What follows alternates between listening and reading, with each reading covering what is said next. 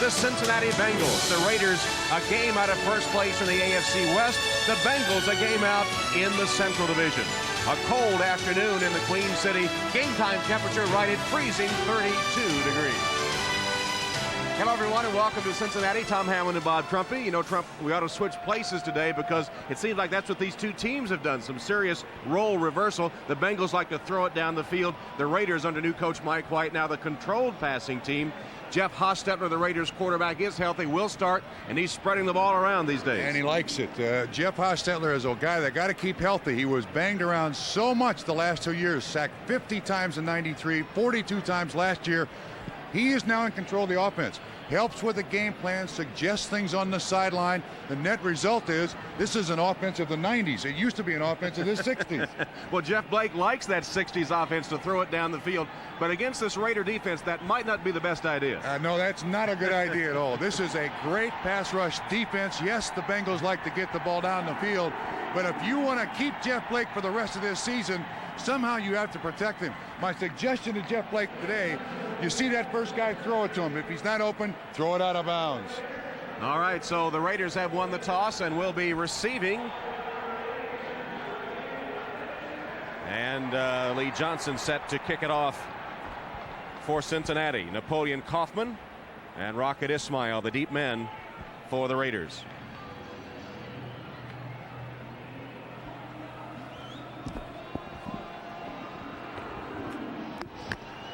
And it is like Lee Johnson doesn't like the football. I don't know. He's saying that it's flat, and you can bet that kickers know that. Now, those footballs are given to the officials, and they're supposed to be inflated to 13 pounds, but they're not going to give him a new football. He's got to kick the flat one. And we're underway. Kaufman tries to sidestep a man and does at the 20, then racked down at about the 23-yard line. Tackle made by David Dunn after a 15-yard return to the opening kickoff. Jeff Hostetler on the field with a second-ranked offense in the NFL. A veteran offensive line, both Wisniewski and Gogan have been to the Pro Bowl. Center Dan Turk is 11th season first as a starter. Hostetler had the bye week to get healthy. He has 10 TD passes, 5 interceptions. Williams, the leading rusher. Brown, a Pro Bowler, the top receiver. And on passing downs, we'll see Hobbs come in as the third wide receiver, replacing the tight end. Here's a pitch on first down to Harvey Williams, who crosses the 25 to the 26, where Big Daddy Dan Wilkinson knocks him to the turf. Cincinnati's defense ranked last in the NFL. Up front, Copeland, third in the AFC with 7 sacks. Wilkinson has 5. Leading tackler Steve Tovar is injured, replaced by Wallerstadt at linebacker. He gets his first start.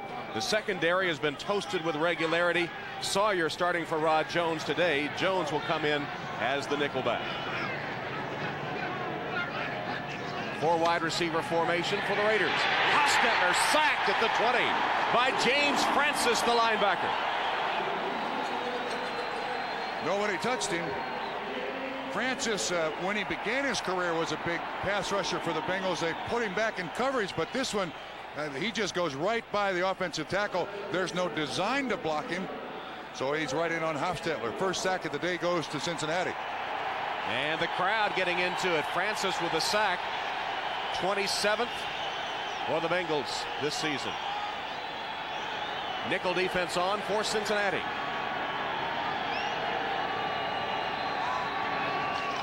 Hostetler hands it to Williams. Harvey's to the 25, where Rico McDonald stops him. Now that's a new aspect of the Raiders offense too. That's the old counter gap series that Joe Bugle, now the offensive line coach, brought to this Raider team when he was at Phoenix, formerly at Washington. A little setup drive there. Didn't start very well by the Raiders, but then throughout this season they've not started very well. They're one of the worst in the league on first drives of the game. That's Corey Sawyer awaiting Jeff Gossett's punt. Sawyer had the key fumble of a punt late in the game against the Browns last week, which Cleveland won in overtime. Sawyer fields this one safely, dodges one man, got a block, and brought it back to about the 44-yard line. 5 yards on the return, but the punt only covered 37, so the Bengals starting with great field position. Cincinnati's offense, the best passing offense in the NFL, and Injuries are a real problem for the offensive line. Rookie free agent Anthony Brown gets a test under fire today. Blake leads the AFC, 17 touchdown passes. He's thrown 6 interceptions. Pickens, the #1 AFC receiver. Deep threat Darnay Scott has an injured ankle. We'll keep an eye on him today. Jeff Blake keeps his offense in base most of the time. No passing down substitutions. Blake falls down, gets up and makes a gain out of it close to midfield. That is one of the stranger quarterback draws I've seen lately. Chester McLaughlin pinned him. Yeah, you know how hard it is to practice that draw? Generally, when you're in a situation like this, the quarterback's foot will get caught with a guard or center pulling. Yeah, it's the center sets his foot. Derek Brill sets his left foot, gets it on top of Jeff Blake's, but it's positive yards. 5 positive yards, as a matter of fact. Blake handing off to Harold Green.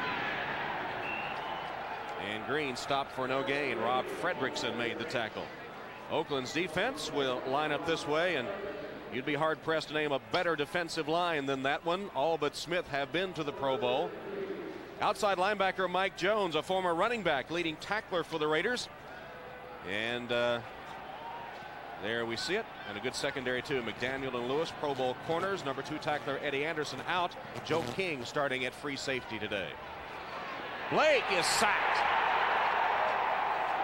Pat Swilling with his 6th sack of the season, approaching 100 now for his career. And a year ago at this time, Pat Swilling told us he was at the bottom of the barrel. The Detroit Lions had benched him and then told him that he was not going to play anymore. He jumps right inside Sergeant 77.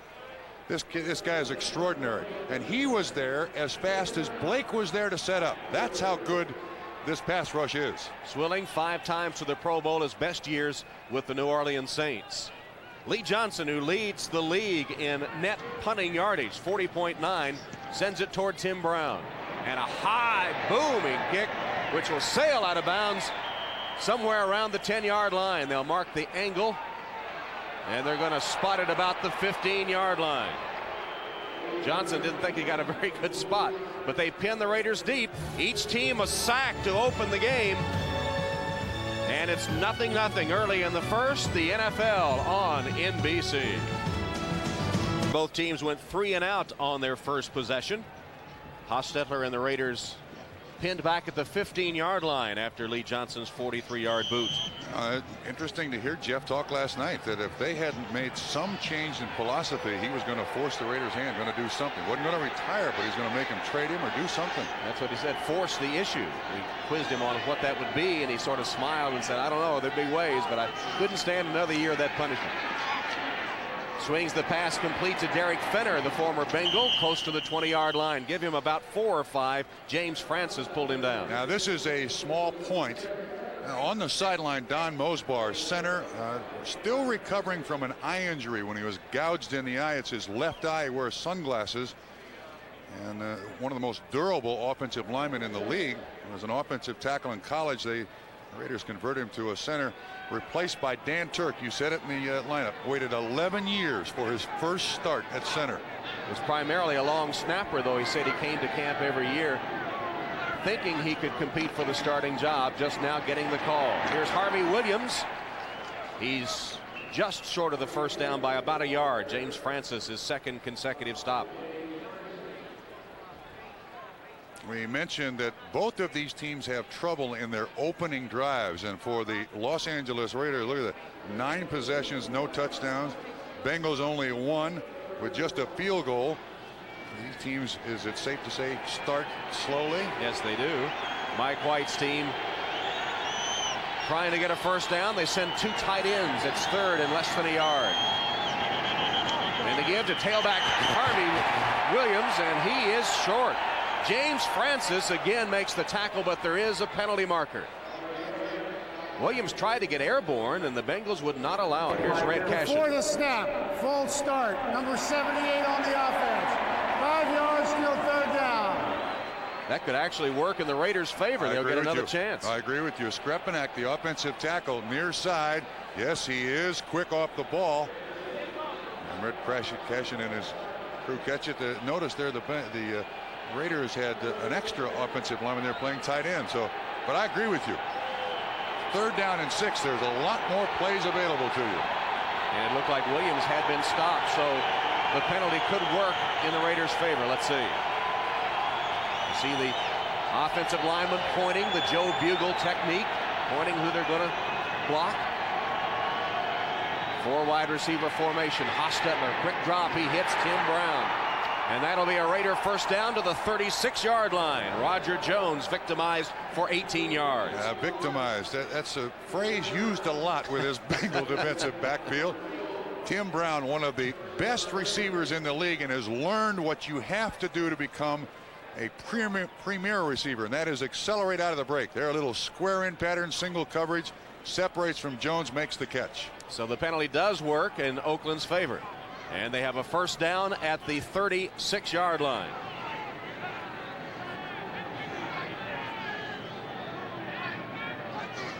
Whoops. Hostetler fumbled. It bounced right back up to him, and he dumps it to the tight end, Glover.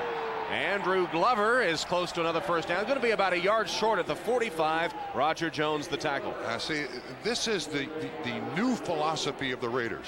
Jeff said last night, I was taking 5-step drops. My receivers were running 7-step patterns. Well, I mean, the quarterback's got to wait. Now it's a timing. It's a rhythm offense. 1, it gets it to a lot more people. You spread it around. 2, it keeps moving the chains. 3, it keeps him upright. And he's perfect 3 for 3.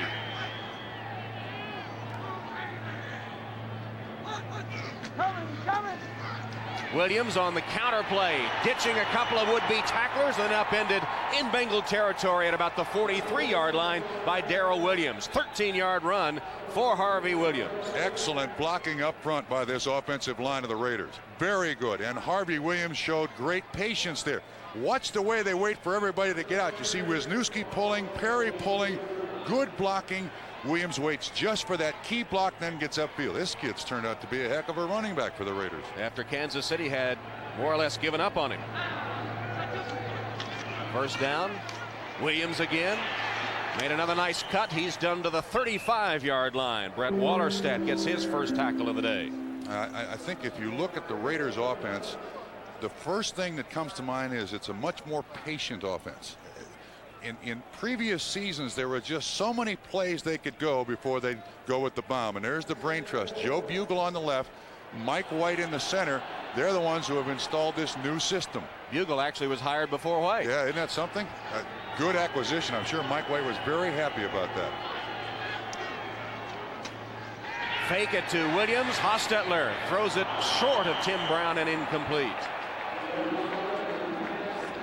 Remember, this drive began all the way back at the Raider 15-yard line. They had a third and about 2 feet and apparently were stopped, but a dead ball penalty gave them a 3rd and 6, which they converted. And the drive continues now with a 3rd and 3. And Tom, there's one other piece of this puzzle. Jim Fassel, who is called the offensive coordinator, came from Denver. There he is right there. That's Jim Fassel. He had to be convinced by Mike White that he could come in and instill some offense, put some offense into the Raiders system. Penalties down, a false start up front for the Raiders will set them back 5 yards. It'll be 3rd and 8 now instead of 3rd and 3. Didn't really have much time there to finish up, but Jim Fassel was the offensive coordinator of the Denver Broncos. Before the snap, false start, number 78 on the offense, 5 yards, still 3rd down. Skrepenik, second time. But when he was approached by the Raiders, there is this Raider reputation that you go in as a coach, you coach their playbook. And Fassel, who is one of those guys who is a protege of the West Coast offense, he did not want to do that. White convinced him, no, we're putting in a new system. 3rd and long, 8th play of the drive. Audible. Brown motion, they set trips left. And Hostetler drills it complete to Darrell Hobbs, who caught it in traffic. Then Corey Sawyer takes him down. 11-yard gain, penalty marker down, and a scuffle breaks out. That's the one thing that hasn't changed about the Raiders. They're still nasty. Send them up to nearby Dayton here for the peace talks.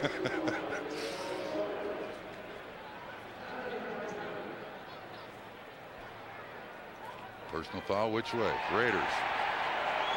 Well, didn't Mike White tell us that Al Davis said to him, one of the things I want you to instill is more discipline in our football team. We take too many stupid penalties. It was in this order: win, more discipline, and step it up in practice. Yes. This is after the play is over, so the catch was made, so it'll be a first down. They'll move it back 15 yards, and they'll probably start first down at about the same spot. Now, Tim Brown is talking to Red Cash, and the play was over. Unnecessary roughness, number 66 on the offense. 15 yards, still third down. Oh, that's what Tim Brown was arguing. That was a dead ball. The play was over. Give us the first down, set us back 15 yards. We go from there. Kevin Gogan called for the personal foul. Mike White gets the explanation. And once again, a third down and long for the Oakland Raiders. Bengals have been horrible stopping third downs. Just horrible. They have their nickel package on the field.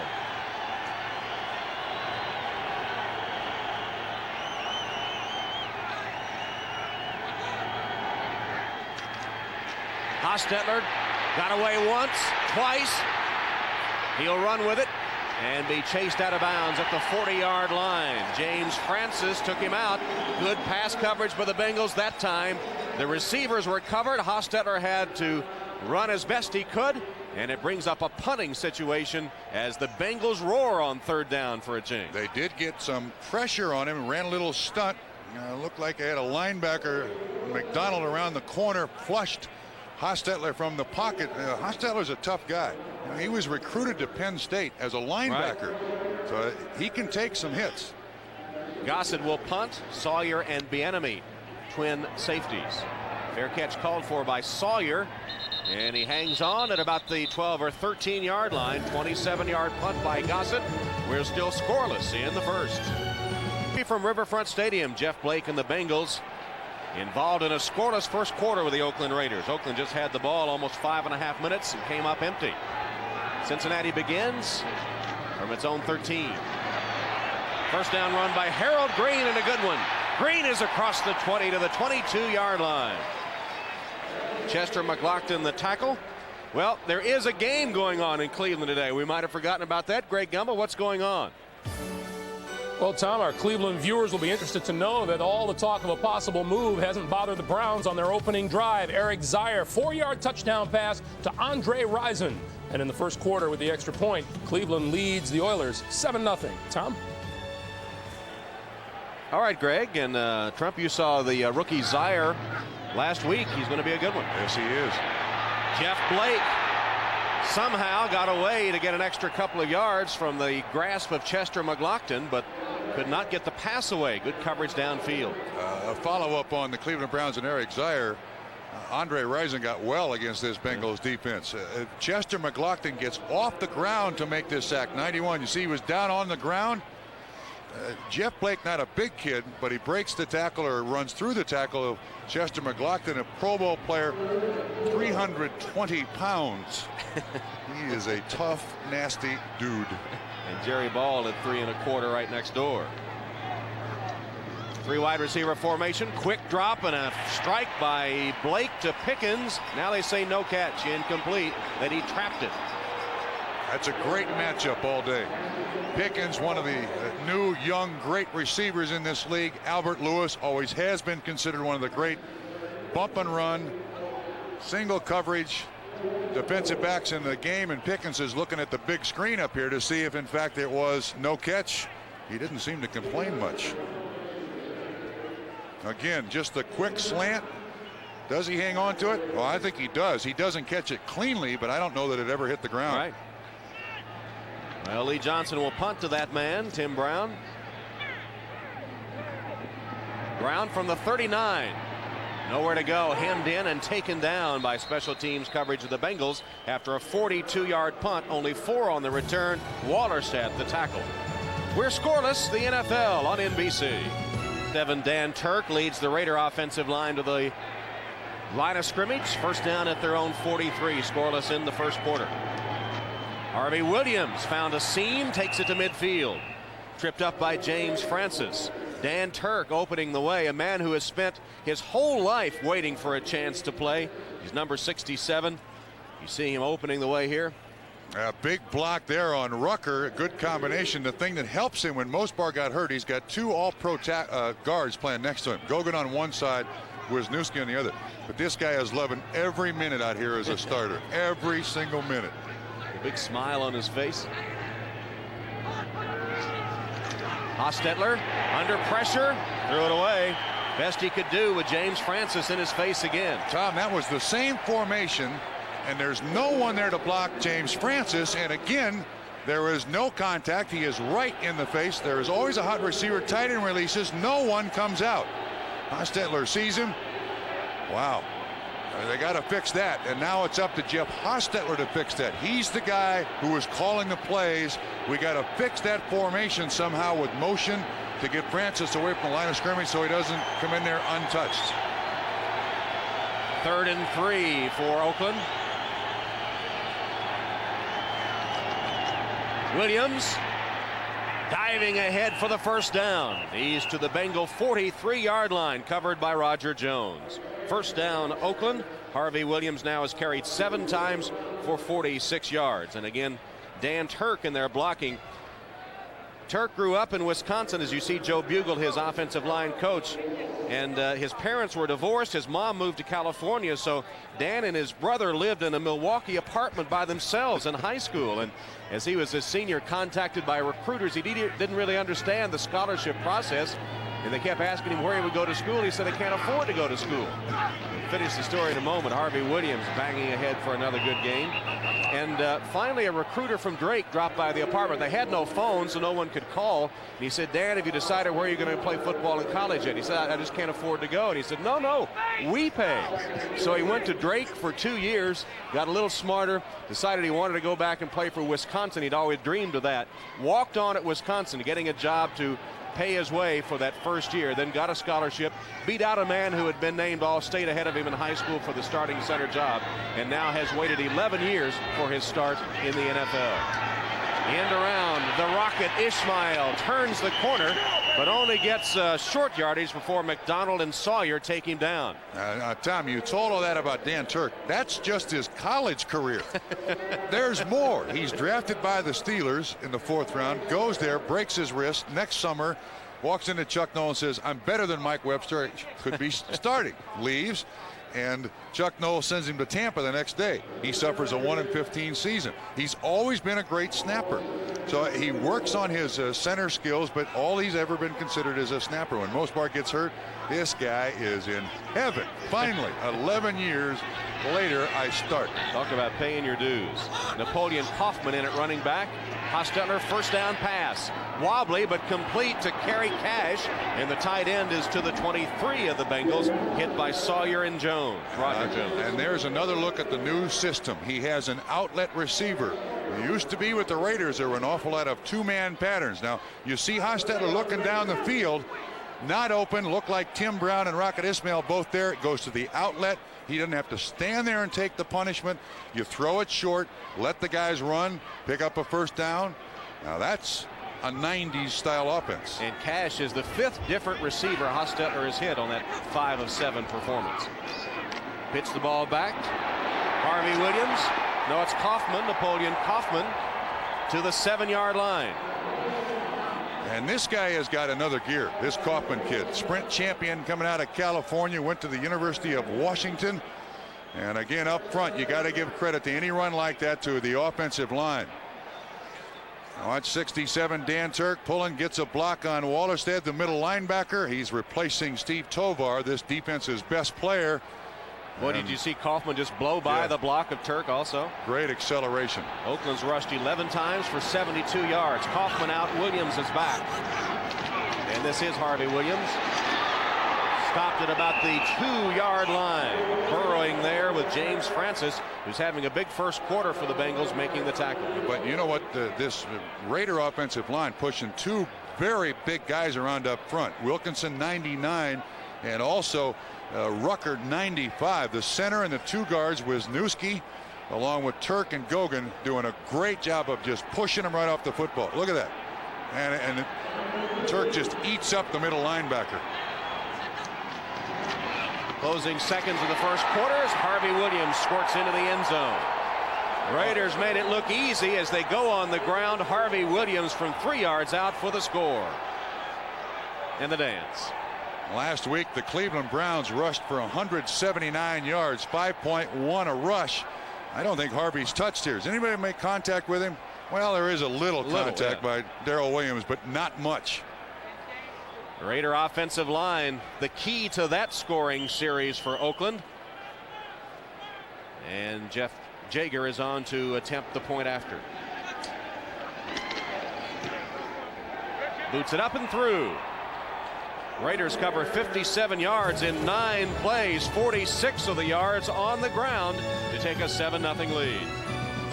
The Oakland offensive line on that touchdown drive. There are a couple of former offensive line members. Dan Mosbar, we told you about with the sunglasses on, and Max Montoya shaking hands right there. Former Bengal and former Raider. Yeah, that was a sticking point here in Cincinnati.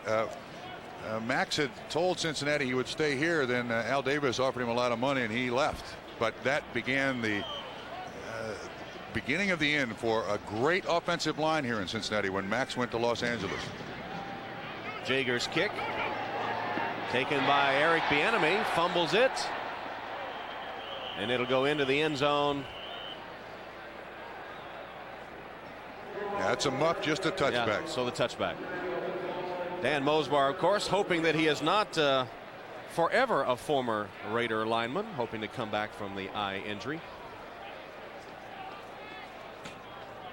We talked about the Bengals scoring, and this offense has put up a lot of yards, and how they've scored reflects, I think, one, the fact that Jeff Blake a little more comfortable in what he's doing, a little more comfortable with his receivers.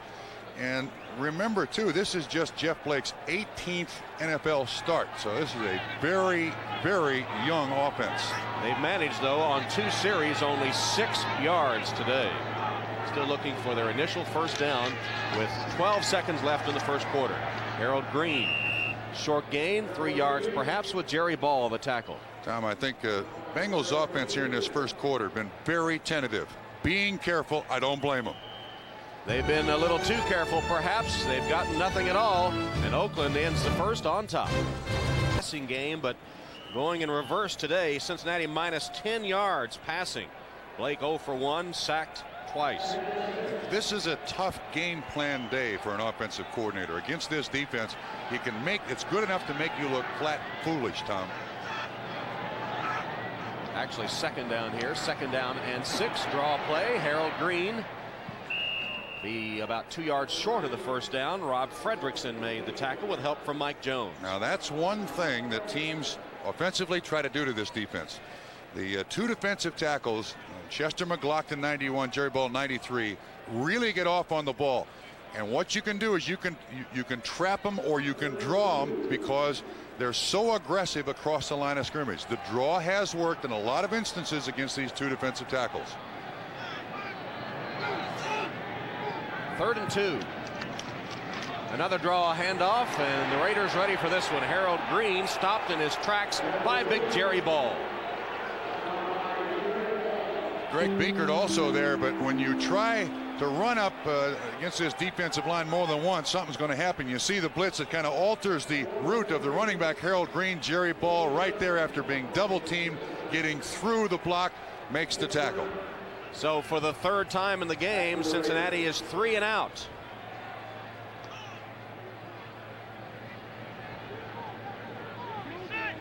Lee Johnson to punt. Blocked, partially apparently, and it'll roll around to about the 43-yard line. It'll only cover 16 yards. It looked like Rob Holmberg maybe partially blocked it off the foot of Lee Johnson. There were 2 guys there. I couldn't really tell who made the contact, but there were 2 guys right in Lee Johnson's face. He had no chance whatsoever. He's looking around for his mates. Come on, fellas, what's going on? Let's see if we can pick up who made the contact.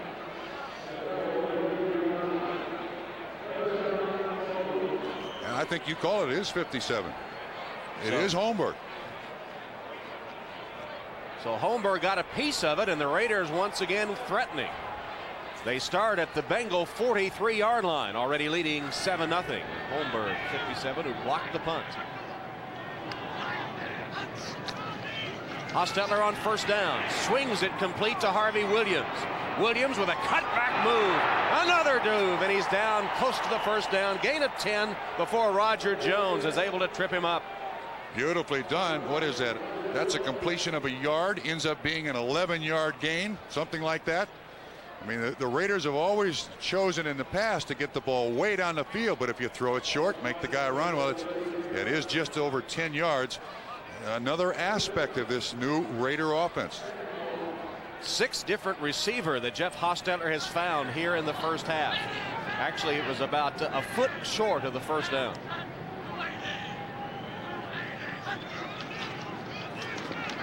Hostetler this time goes to Tim Brown, and Brown will score. Oh my goodness. Wow. 33-yard Hostetler to Brown, touchdown. Corey Sawyer looked kind of silly on that one. Yeah, and Darrell Williams, 31, the safety, also missed him. That only worked in Jim Madison's driveway when I was a kid, you know. With that move, nice square out pattern. Brown doesn't catch it cleanly, but Sawyer tries for the interception, doesn't come close. And then watch this move right here. That's wow. Oh my goodness. He undressed Darrell Williams after Corey Sawyer broke on the football trying for the interception. Jager's extra point is good. So the Raiders take advantage of the block punt. Holmberg blocked it, and they quickly strike to Brown for the touchdown. And the Raiders up their lead on the Cincinnati Bengals 14-0 on this 34-yard touchdown catch. Hold a little more as the Raiders have opened up 14 points on his Bengals. The last one in lightning fashion. Yeah, I think unfortunately it's safe to say that the Bengals are not yet in this league. The Raiders are that much better. They might be in the next couple 3 years, but now I don't think they can compete. In the first half, they have outgained Cincinnati 172 yards to 12, and it's 14-0. David Dunn with the kickoff and a seam, and Dunn works his way out to the 46-yard line, where he's finally dragged down by Dan Land, a 35-yard return. James Folson also got a piece of the tackle. Let's go back to Tim Brown's 5th touchdown of the season. As you watch this pattern run, you see that Corey Sawyer is way inside. The out move is the perfect move. The catch, and in the background, just as Brown catches it, head coach David Shula. Fill in the blanks. He's either saying, oh no, or he's saying, oh no, not again. Both apply. Bengals looking for their initial first down. Oakland has 8. Pressure on Blake, he got away, and he sends it incomplete, intended for Tony McGee, the tight end. Derek Hoskins, good defense for the Raiders. That's one thing that Blake does very well, is just avoid that initial rush. But that catch should have been made, and a tight end today, Tony McGee, should have a big day. A nice shuffle in the pocket there. Hoskins is right on, knocks it out of his hands. You would hope that the tight end can make that catch. Jeff Blake is 0 for 2 to start the game, and there's McGee, who couldn't hang on with Hoskins hitting him that last play.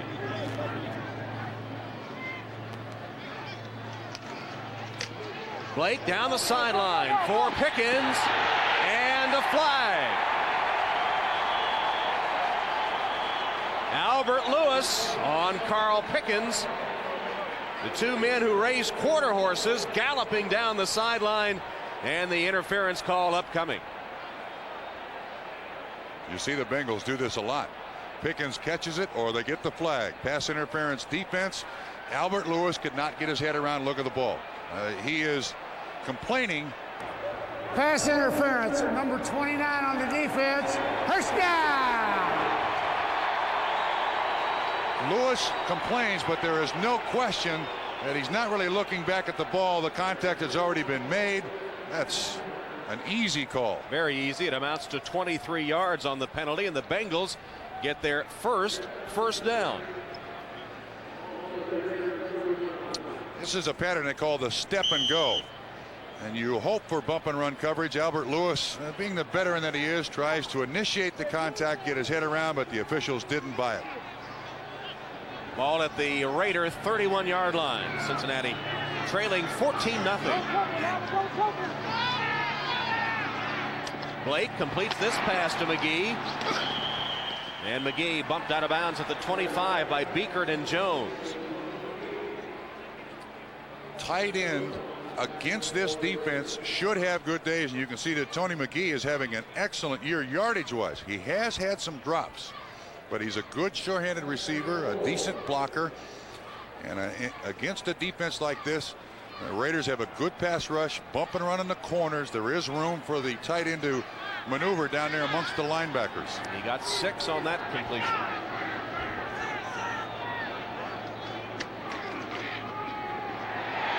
Eric Bieniemy nowhere to go.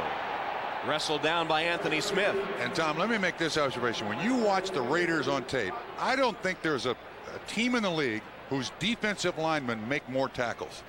Most defenses are set up where the linebackers make the tackles, the defensive linemen strip blockers. You constantly see Ball, McLaughlin, Smith, and Swilling making tackles. It's unprecedented. The only defense that I've ever come across like this is the steel curtain of the Pittsburgh Steelers back in the late 70s. Right.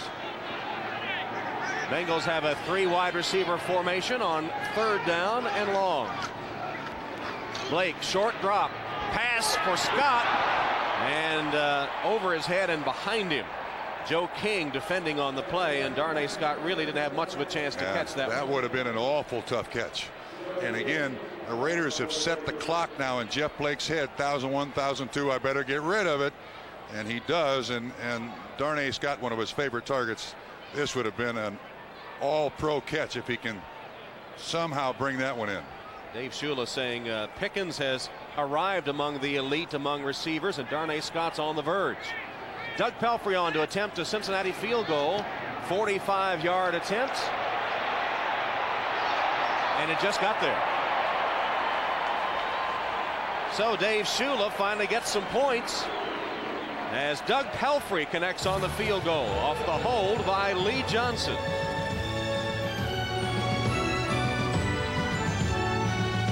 With producer David Michaels, director Larry Cavallina, Tom Hammond, Bob Trumpy at Riverfront Stadium. Lee Johnson was getting ready to kick it off. The holder on the Pelfrey field goal. I wonder if the ball is inflated enough to Lee's liking. Yeah, he looks like he's not happy with it. Well, when it gets cold, though, I mean, the air compresses. I'm not a physicist here, but the ball compresses because of the temperature. I mean, he should know that. And Johnson ready to kick it off. We were talking to Doug Pelfrey and Lee Johnson yesterday, and Pelfrey says kickers are a little different. He said Lee Johnson is a lot different. A whole lot different. Here's the rocket. Down the sideline to the 43, where he is stopped by Jeff Cothran. 27-yard return of the kickoff. Well, the Raiders again now start with excellent field position. Anytime you can give an offense that has this kind of potency, just that short field to work. I mean, the quarterback likes it. Mike White, the head coach, likes it. Everyone on that Raiders sideline will like it.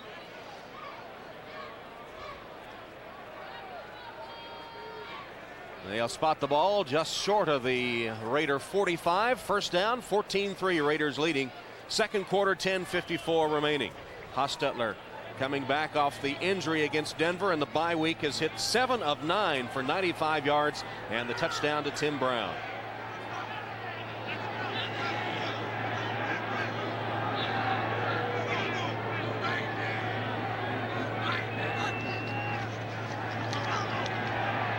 Hostetler going deep for Brown.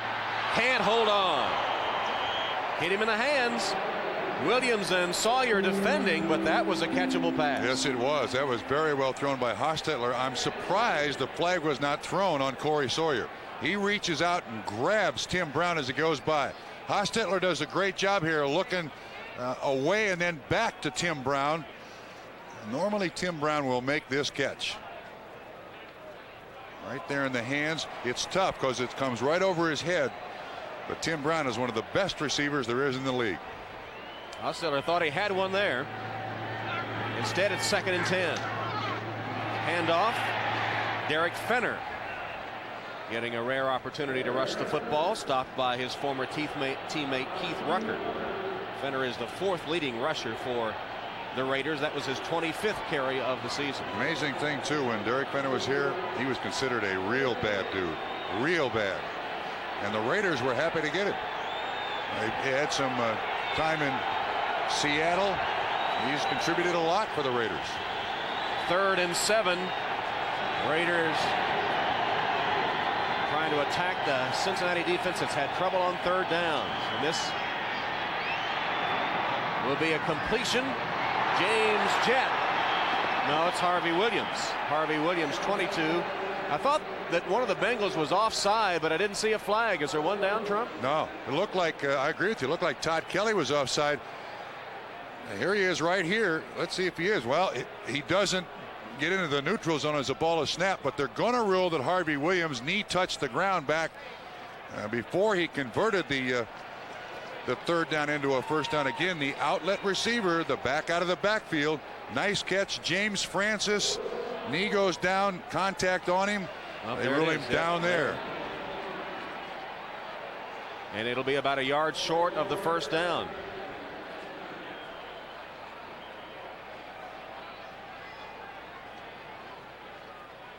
Still a discussion.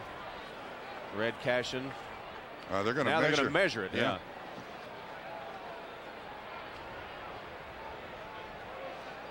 Mike White really never thought he was going to be a head coach in the NFL. 59 years old. He takes over for the Raiders. Was offensive quarterback coach for the Raiders when Jeff Hostetler came from the Giants and moved to offensive line coach. I think he was kind of surprised when Al Davis offered him that head coaching job. And of course, been head coach in college for 14 years at Cal and Illinois. And there you see it is about a yard short on 4th down. And they're going to go for it. They had Gossett out originally, but after the measurement and some time to think about it, they'll send the offense back to try to pick up a yard on 4th down. That lead 14-3, showing very little respect for this Bengal defense, would you say? I would say so. Bengals number 30 in defense in the NFL, so the Raiders say 4th and 1. Why not? Running backs are Fenner and Williams.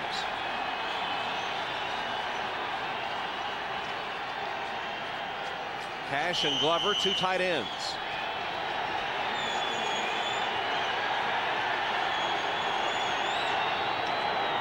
Williams burrowing his way close to the 1st down. Brett Wallerstedt, the middle linebacker, has had a tough day, makes the tackle, and he will have enough for 1st down yardage. But in past years, you used to see the Raiders, they would run behind Gene Upshaw and Art Shell on the left-hand side. Now the strength of this offensive line is Turk at center, Wisniewski and Gogan, so they go right in the middle, right behind Pumbaa, 66, the warthog for the Raiders offense, Kevin Gogan, and that is clearly a 1st down. A nice acquisition from the Cowboys was Kevin Gogan. Came over last season. Hostetler steps up, and then the pocket collapses, and Dan Wilkinson, Big Daddy, takes Hostetler down. 2nd sack. Hostetler that time looked like the old Raiders offense. He was staring at one receiver. He has to learn to go to the outlet. When he starts that first look, he's not there. Now that 2nd shuffle step, by now he should be finding that outlet receiver. Didn't. Wilkinson makes the sack. Wilkinson came off the block, and Big Daddy got the sack. 2nd and 16. You see the time left. 14-3 Oakland. Hostetler hit as he got it away, and the pass off the hands of Tim Brown. That was Big Daddy again on Hostetler, and he's hurt.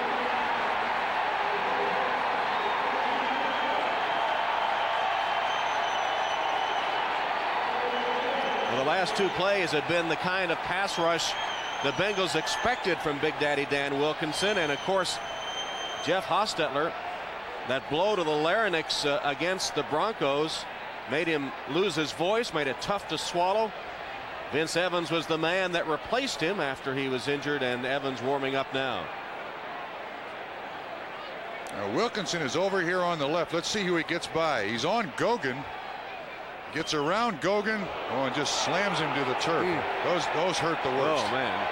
His head bounced up off the turf, which is rock hard with the cold temperature, even frosty looking. Yeah, Wilkinson there just threw Gogan out of the way. There's something that they had hoped Wilkinson would eventually do, has not really shown that, but he beat two guys there, Gogan and the center Dan Turk. Hostetler on his feet and able to walk to the sideline. Big Daddy put the body slam on him. There's Haas.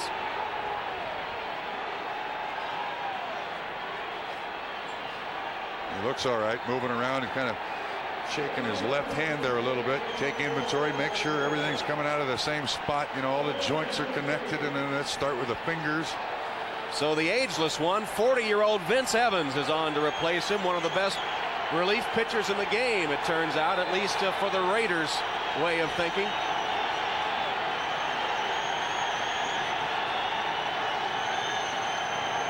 Fumble to snap. Evans got it back. Somehow escapes and almost completes the pass out of the hands of Kerry Cash. After all that, Cash dropped it, and he had room to run. Oh, we saw about everything there. He drops the snap, number one, almost kicks it, bounces it up right, avoids the sack, then the easy completion. No, son, he's saying to Cash, did you see how much I went through to get that to you? Come on, pal. Well, Haas still trying to shake off the cobwebs, similar to what happened to Jeff Blake against the Browns last week. Gossett's punt. Corey Sawyer was watch it sail out of bounds.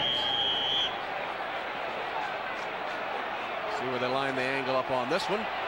It'll be about the 13-yard line. It's a 38-yard Gossett punt, pinning the Bengals deep. 8:04 left in the first half. The Raiders leading the Bengals 14-3. Sideline suffering from a jammed wrist. He's going to take some snaps and see if he'll be able to return next time the Raiders have the ball. Meanwhile, Cincinnati's ball. They start at their own 13. Handoff to Harold Green. Gets about 6 yards to the 20, where he's stopped by Austin Robbins. Let's go to New York, where Greg Gumbel has another update for us. Greg? All right, Tom, we'll take you to Cleveland, where the Houston Oilers quarterback Chris Chandler doesn't see the pass play developing, so he turns it up, goes 2 yards for the touchdown with the extra point. The Oilers have grabbed the lead on the Browns. It's 10-7 in the second quarter, Tom. All right, Greg, and you have to wonder the mindset of the Cleveland Browns players with all the controversy. No question. Pitch to Green, looks for a block on the corner, can't get one. And is ridden out of bounds by Pat Swilling, who played it beautifully, got penetration and prevented Green turning the corner. What a story. Pat Swilling given up for dead last year in Detroit. They labeled him a malcontent. This is a guy who would show you the kind of favor he's caught with the Raiders. Shows up this summer. He's already been elected one of the co-captains. A guy who never stops training. One of the best pass rushers I think this league has ever seen. From a small town, Toccoa, Georgia, just north of Atlanta. 5 cousins ended up being pro athletes from that tiny town. 3 of them the Swilling brothers, plus Dale Davis of the Indiana Pacers, and a Bengal, Leonard Wheeler, who's a defensive back. Here's Jeff Cothran with a rare tote of the football, and he has a Bengal first down. The first one they have earned. Their previous one came by virtue of penalty. Hoskins and Fredrickson combined to stop Jeff Cothran. Tom, you see what the Bengals are doing here. This has been primarily a throwing team throughout this season, but in an effort to protect Jeff Blake as best they can, they want to run the ball as best they can, eat up as much clock, keep it close, keep their defense off the field. All those things they feel is a formula for some success today. I think Dave Shula said too that the banging on those big defensive linemen from the run blocks begin to take their toll later. At least they hope so. Harold Green with a short gain before Rod Fredrickson bangs him down. Yeah, well, this is one way that against a defense of this caliber, your offense is not going to look foolish. And I'm telling you, it's not just the Bengals. The Raiders defense is good enough they can make you look foolish. They can beat up your quarterback. They can blow up plays in the backfield, sacks, turnovers, and all the rest. So running the ball at least anchors the defensive line somewhat to the line of scrimmage. Cincinnati's run the ball 11 times, passed only 4. And Floyd Peters, the defensive line coach of the Raiders, has a talented group to work with, and they have been a force today. Blake's pass caught on the rebound by Darnay Scott, and he has another Cincinnati first down. Terry McDaniel fighting for the football with Scott, but Scott with the good hands makes the reception. And Tom, was that a great throw by Jeff Blake? Pat Swilling is right in his face. They run a stunt. You're going to see 56 come from the right. There he is. But Scott, with that injured ankle sprain last week, double catch. Great concentration on the football. Beekert, the middle linebacker, had the coverage. And then Scott makes the catch. Green lost his footing for a moment, was trying to get a block from Joe Walter, and ends up with a gain of about 5 yards. Albert Lewis, the tackle. Well, you mentioned Joe Walter. Last week he allowed 4 sacks by Rob Burnett, but Joe Walter, one of the real tough guys in the National Football League, twice had total knee reconstruction. Number 63, 1 on each knee, still playing in the NFL. He is a medical and surgical miracle. His 11th season from Texas Tech.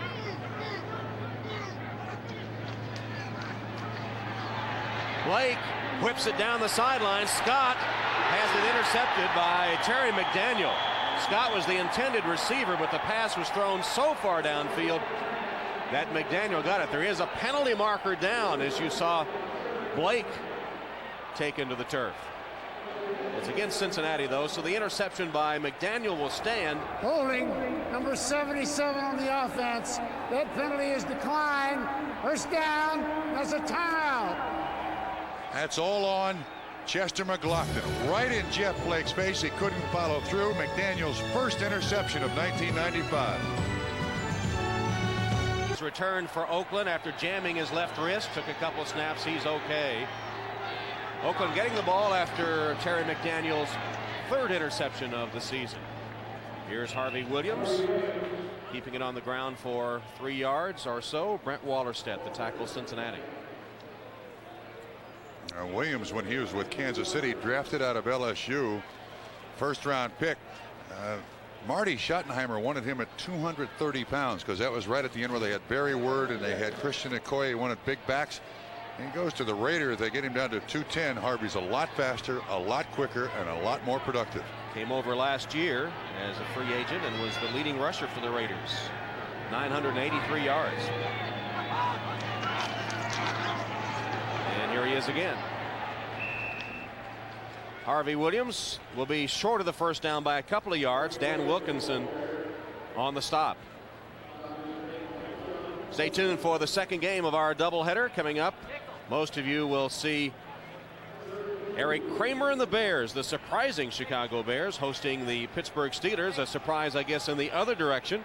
Pittsburgh and Chicago. Some of you will see Buffalo and Indianapolis. Second game of our doubleheader coming up. The NFL here on NBC. 3rd and 2.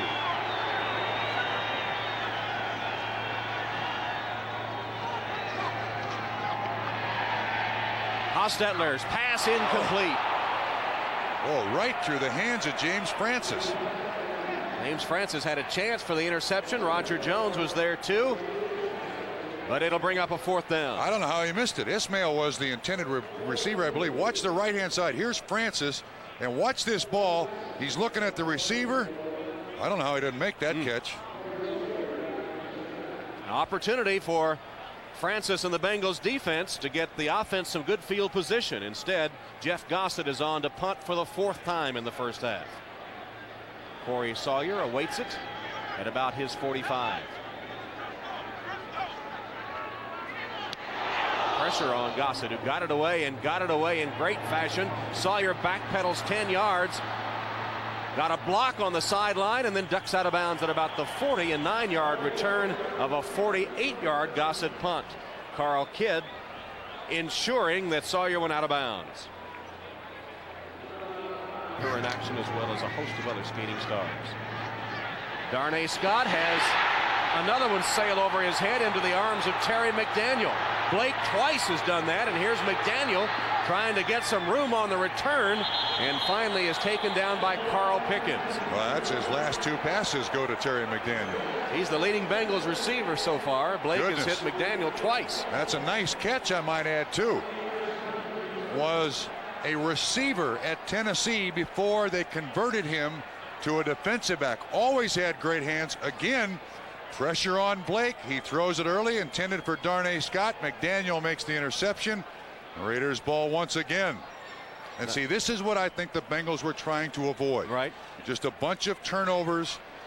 I mean, this is what you're faced with if you're the Bengals.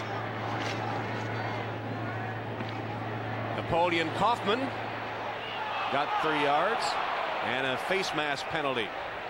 There's Napoleon saying, yep, they got me by the face mask.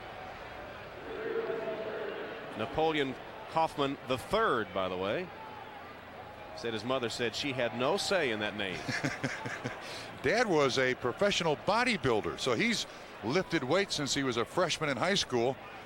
He is put together Face too. mask, number 91 on the defense, 5 yards, still first down. Wallerstedt got him with a face mask. Well, they call Wallerstedt, but it's number 70, Artie Smith, that it should be on. I'm surprised that's just a 5-yard Yeah, that variety. looked like the 15-yard. Yeah, it was Artie Smith, number 70.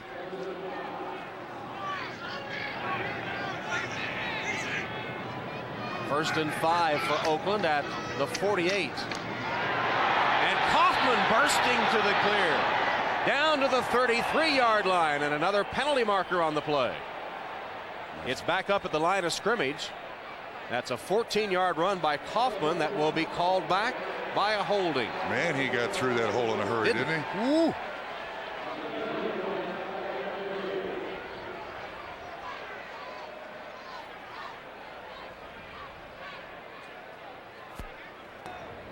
Holding number 67 on the offense. 10 yards, still first down. That's our hero, Dan Turk. Now, what did Dan do? After that buildup we gave him. Here's Dan Turk. He's blocking backside, and he's blocking on Keith Rucker. He's not even close.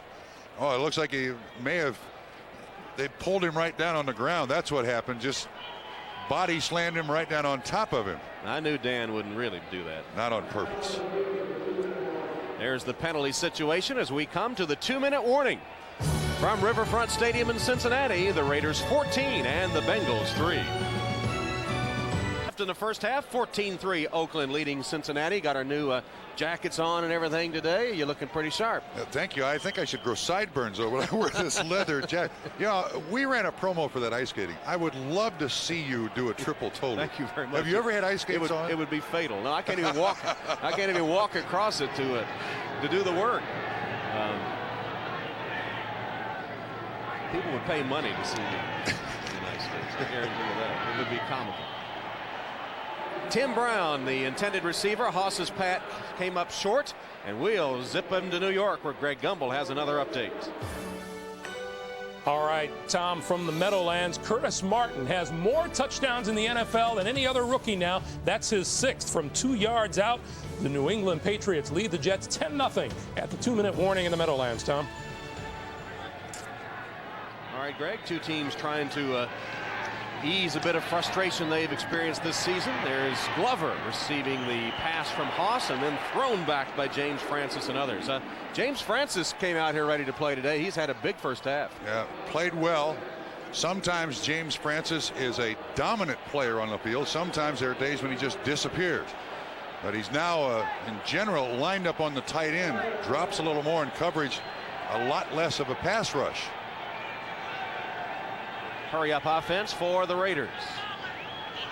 But they don't seem to be real comfortable with it, and now send a player off the field. At 12 there for a moment. Haas steps up, decides he's going to run, and then changes his mind, and he's hit by Artie Smith just as he lets the ball go. Oh, he's taking a chance there. Now, you know that pass rush is eventually going to get you. Again, good coverage by the Bengals down the field on this 3rd down. And Wilkinson grabs him a little bit, 99. Then Artie Smith, just as he lets the ball go, gets him to the ground. Jeff Gossett will punt as Haas puts the jacket on. 1:11 to play first half. Pressure on Gossett. Takes a good Raider bounce and is still going down to the 20-yard line. To the 19 and down there. Gossett got benefit of the roll. 39 yards officially on the punt.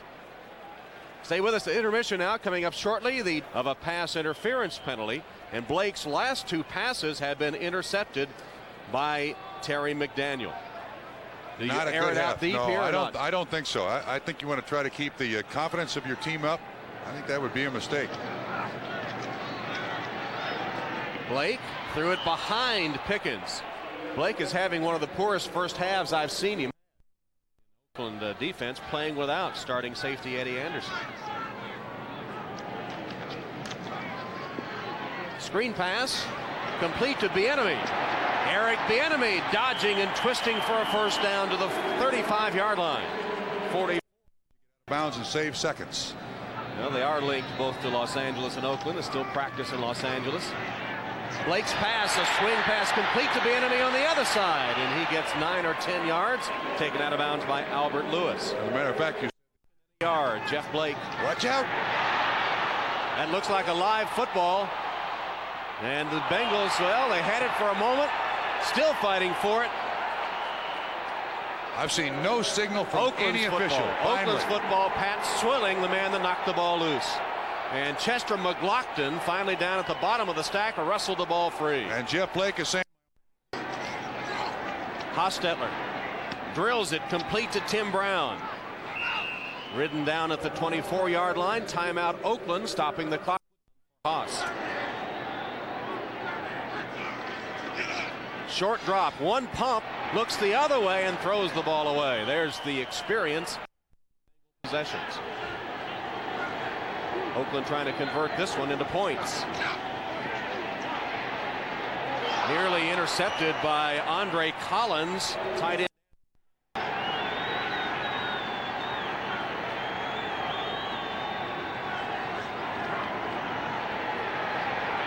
Plenty of protection. He zips it complete to Rocket Ismail at about the 20-yard line. Thrown back by Sawyer and Walker, but it's an 8. Things are working well for the Raiders.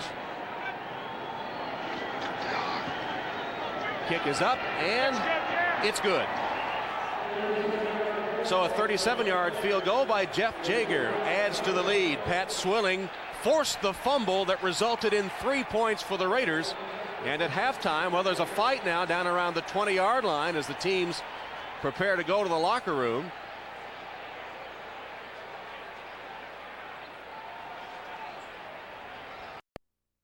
There for a moment. It's been a nightmare first half for him, one of the worst of his young career. Bieniemy and Dunn, the deep man. Here's Jager's kick. David Dunn from the 7. Cuts it to the outside and turns on the speed. Try to make a move and gets it to the 37-yard line before James Trapp, who can outrun just about everybody, takes him out of bounds. A 30-yard return. Tom, we mentioned the first half possessions by the Bengals. 3 punts, a field goal, and then 3 straight turnovers.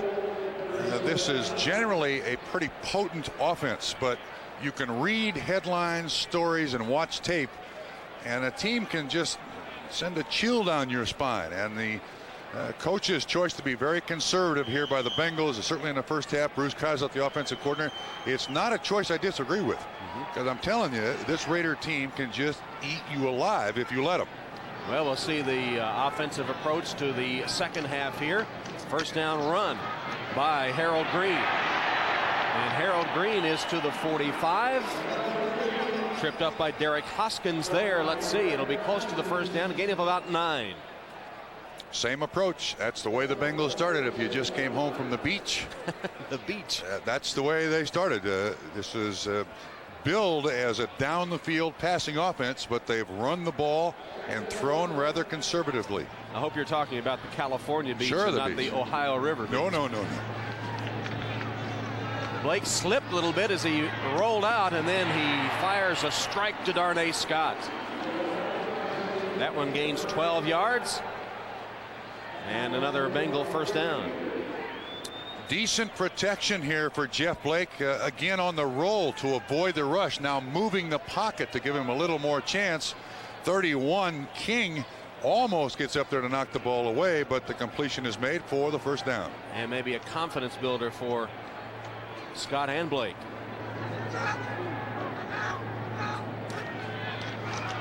Draw play handoff. Bieniemy. Flag down. That could be a face mask. Mike Jones, the tackle, and Joe King was there too, colliding with Bieniemy.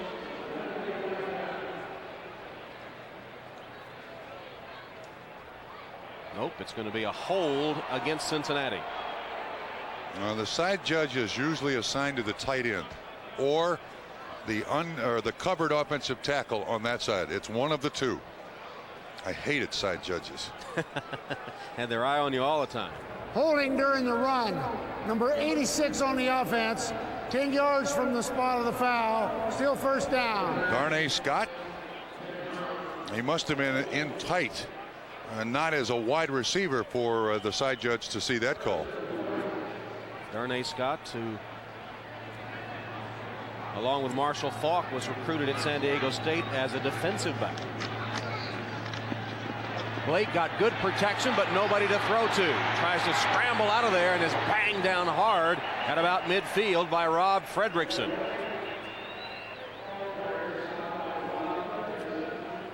You know, that hit on Jeff Blake last week seems to have changed him a little bit. Jeff Blake before last week's game, Rob Burnett hit him right in the chest, really slammed him to the ground.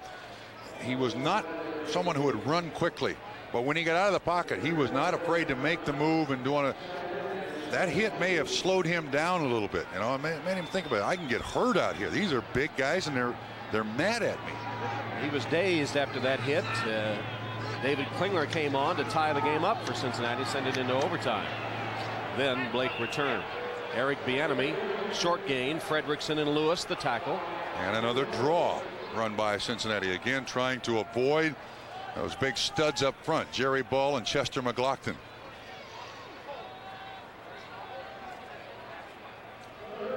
It'll be third down and long yardage coming up with Pickens, Dunn, and Scott.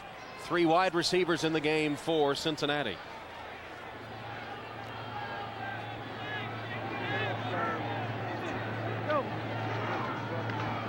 Short drop. Blake's pass juggled but then caught by the tight end McGee. And short of the first down, the tackle by Mike Jones, who made sure McGee couldn't run for yardage after he made the catch. And I see generally this offense, it's set up to make those conversions. I mean, Jeff Blake just settled for about a 6-yard completion there. Didn't really try for the first down. Lee Johnson to punt. And Tim Brown awaiting.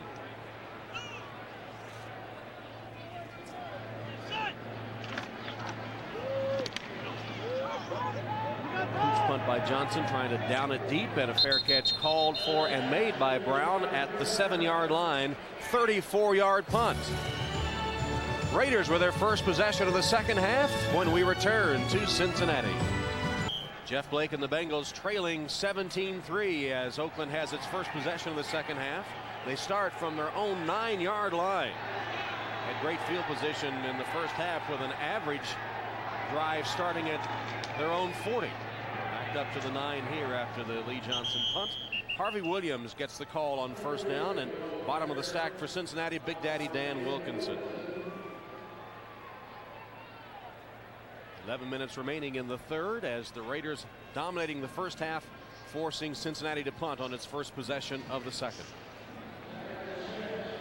With the way the Raiders play defense, this offense does not have to do much. They've got great speed, but just don't turn the ball over, especially down here close to your own end zone. Be conservative here. On the sweep, Harvey Williams.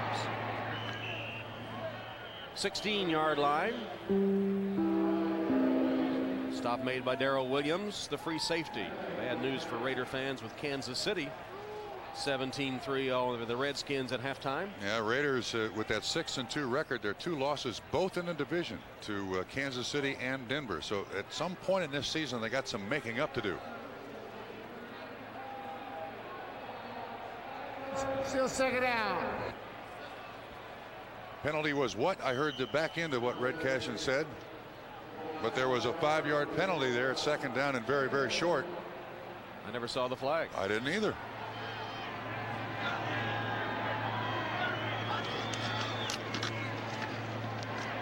Harvey Williams. Another nice run. Harvey's having a fine afternoon in Cincinnati. Dodging, twisting, darting, picking up a first down. Tom, this is very poor tackling at the point of attack. He's stopped at the line of scrimmage. Who is it? Artie Smith? No, it's not Artie Smith. At 95, Keith Rucker. He tried to block him to the ground. And when you play in the NFL, use your arms. Make the tackle. Harvey did sort of a triple axel to get out of that. Triple axel. Very good. Yes. He has 86 yards rushing and tries to add to that with another tote of the football. James Francis with his 11th tackle of the game. Oh, they've just controlled this defense. Harvey Williams, a young man that he admits that when he came to the Raiders, his attitude changed. He was kind of a guy who would he would boast and do all kinds of things in Kansas City. He got humbled when Kansas City got rid of him. He's a lot better person and a lot better player now. And he gets the call again. Got away from one man in the backfield. Twisted down at the 35 by Artie Smith. Got only a yard that time. Now the Raiders have given this Riverfront Stadium no chance to cheer. Eerily quiet, isn't it? The biggest cheer so far has been for a 23-yard penalty on Albert Lewis. That's it. I mean, this is sold out, and these people are sitting quietly. Maybe they're all Cleveland Brown fans. They're still in shock. Or maybe they're afraid this team is going to move to Cleveland. I got franchises on wheels. Training wheels. 3rd and 4.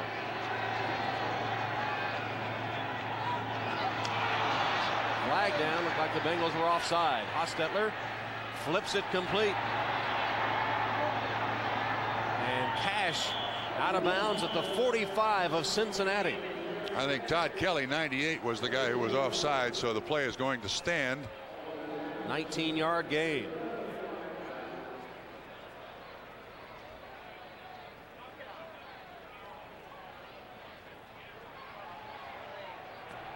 Offside. Number 98 on the defense. That penalty is declined. First down.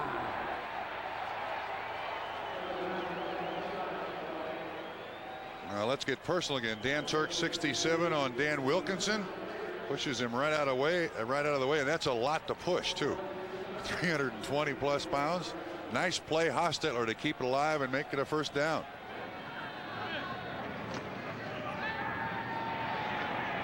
Right in the middle, Harvey Williams.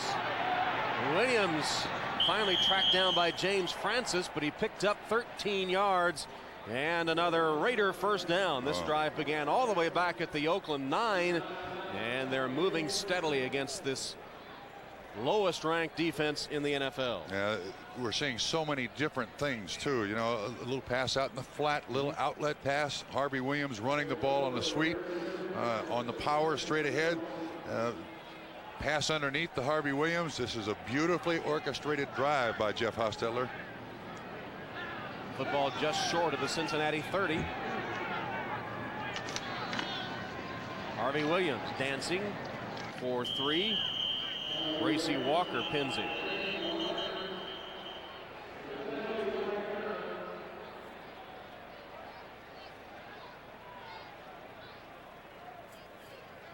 I didn't see there is a flag, and it's against Oakland.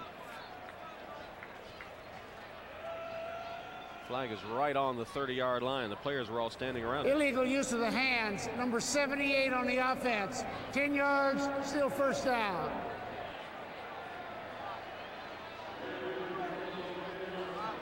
Big Greg Skrepenak, who Skrepenak is right here.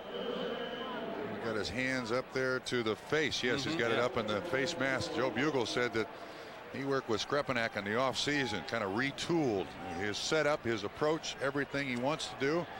Could turn out to be a heck of an offensive lineman. We talked about Pat Swilling being reborn with the Raiders. Joe Bugle too, huh? Yes, absolutely, and loves it. Napoleon Kaufman across the 40-yard line, hit by John Copeland.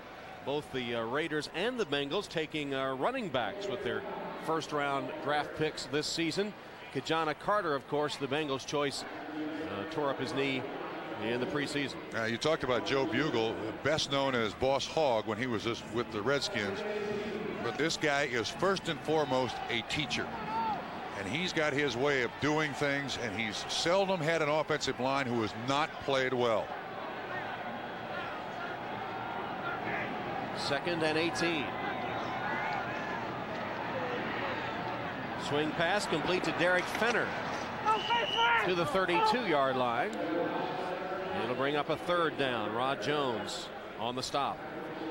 There's Al Davis. He's the guy who put it all together after a 9-7 season last year. Probably had to do his most difficult thing, and that is get rid of, I think, the Raiders, one of their greatest players, Art Shell, as a head coach. There were cliques, there were problems all over the place. The Raiders players quit on Art Shell, but he hires Mike White, elevates him to the head coach, and pretty much turned it over to Mike White. So you do what you want. I'll make suggestions. I'll send you faxes, tapes, but you do what you want. Pressure on Hostetler, got the ball away and incomplete, intended for the Rocket. Ismail floated on that pattern. He's got to come back for the football. That's an easy completion. Corey Sawyer on the defense for Cincinnati. He should be mad at himself. He's got a big cushion here, but watch, he just floats right into Sawyer. Rocket knows better than that. Rocket knows better than that. If he cuts that corner cleanly, Hostetler makes the completion. We were talking with Jim Fossil, asking him if these fleet wide receivers of the Raiders were hard to convince that the control offense was the way to go, and he said not at all. 50-yard field goal attempt. Jaeger hit the upright, no good.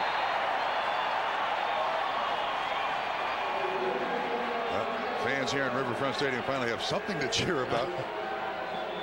Jaeger just misses from 50. It would have been his longest of the season.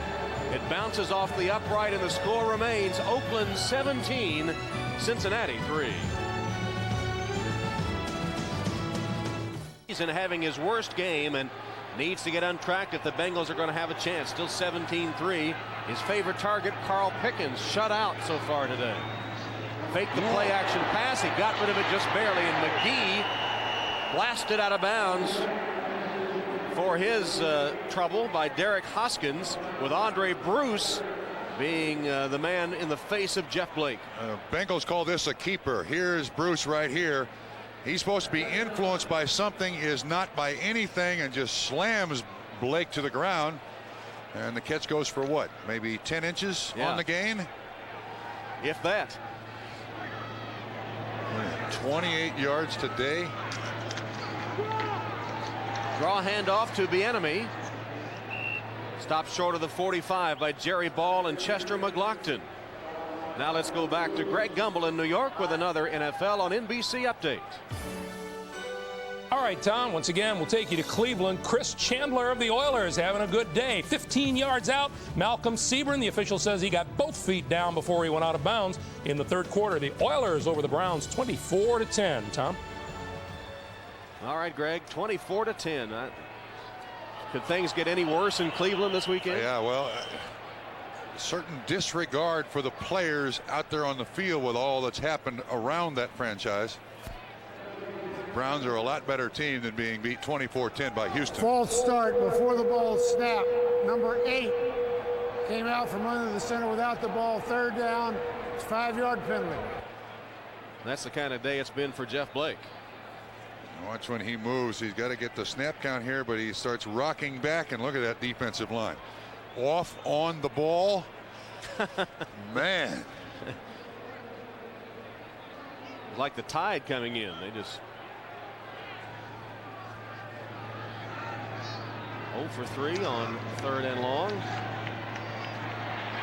Blake whips it down the side for Scott.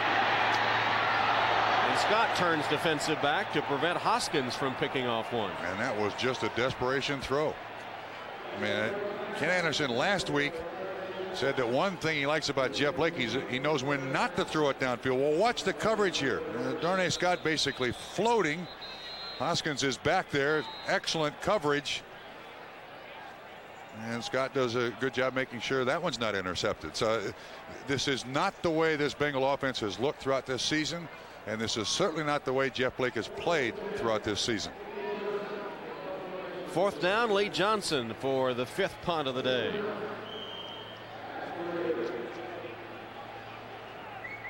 This AFC Central is something, with Houston beating up on Cleveland, and anybody can win it, including Jacksonville, the way things look.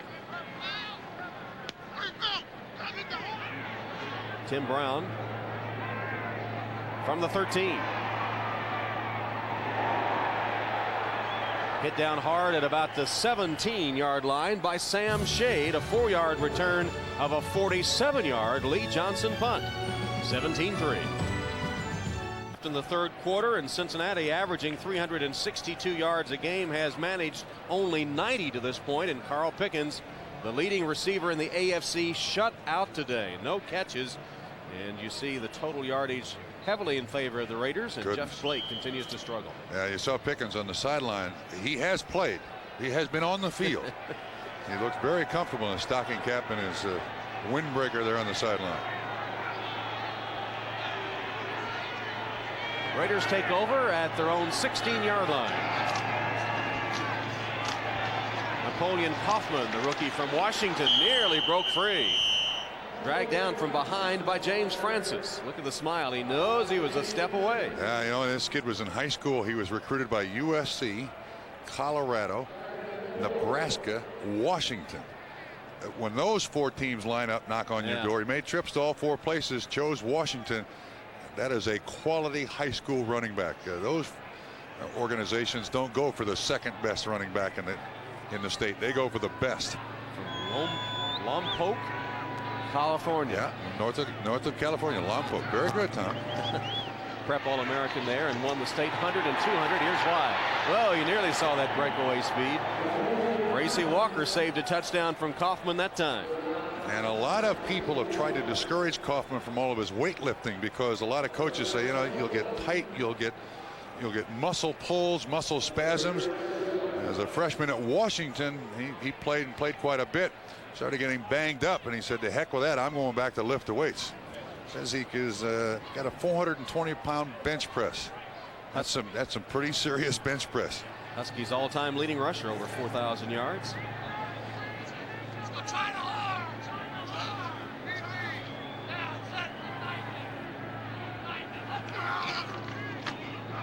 Here he is again.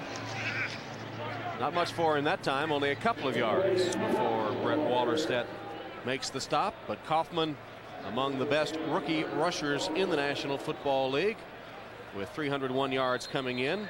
And of course, no Kajana Carter for the Cincinnati Bengals, injured in the preseason. And everyone thinks that Kajana Carter, though, is the real thing. There is an injured Bengal on the play. It looks like it's Rico McDonald, or no, Keith Rucker. So while they tend to Keith Rucker, we'll take a break. Kaufman and the Raiders up 17-3. Keith Rucker being helped from the field. Looks like he might have injured his knee or something, but he's up and walking. The bad news is he got blown off the ball about 7 yards by Dan Turk, and that's where the injury took place. Not good for a defensive tackle.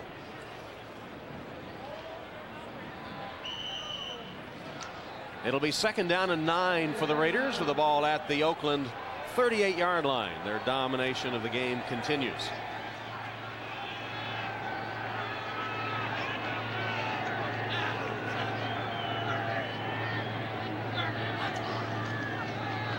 Hostetler, nice catch made across the middle on the crossing pattern. And Hostetler again takes a hit, this time from Andre Collins, just after he let go of the football. Darrell Hobbs on the reception. Boy, Tom, Andre Collins had about a 9-yard run Watch him going to come from the left-hand side of the screen, right, full speed chest, right in the chest. Oh, Andre Collins. Goodness. And again, Hostetler always been considered one of the real tough guys, stands in there and makes the throw. there's Collins, who got the hit in his 6th season from Penn State. Third down pass, Hostetler in the flat, fumbled football. Fenner got it back. Corey Sawyer knocked it loose on the hit, but Fenner was able to fall on it to prevent the turnover and give Gossett a chance to punt. Again, going to the outlet receiver. I thought Jeff gave up on that downfield pattern just a little too quickly there. But you're leading 17-3. You don't take chances.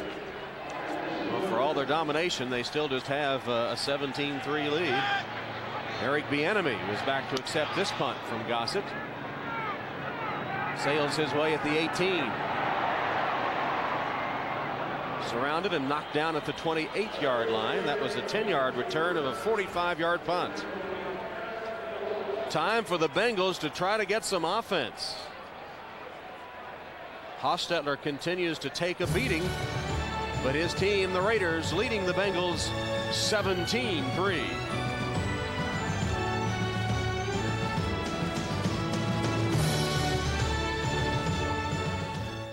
17-3 with 49 ticks left on the clock for quarter number 3 at Riverfront Stadium.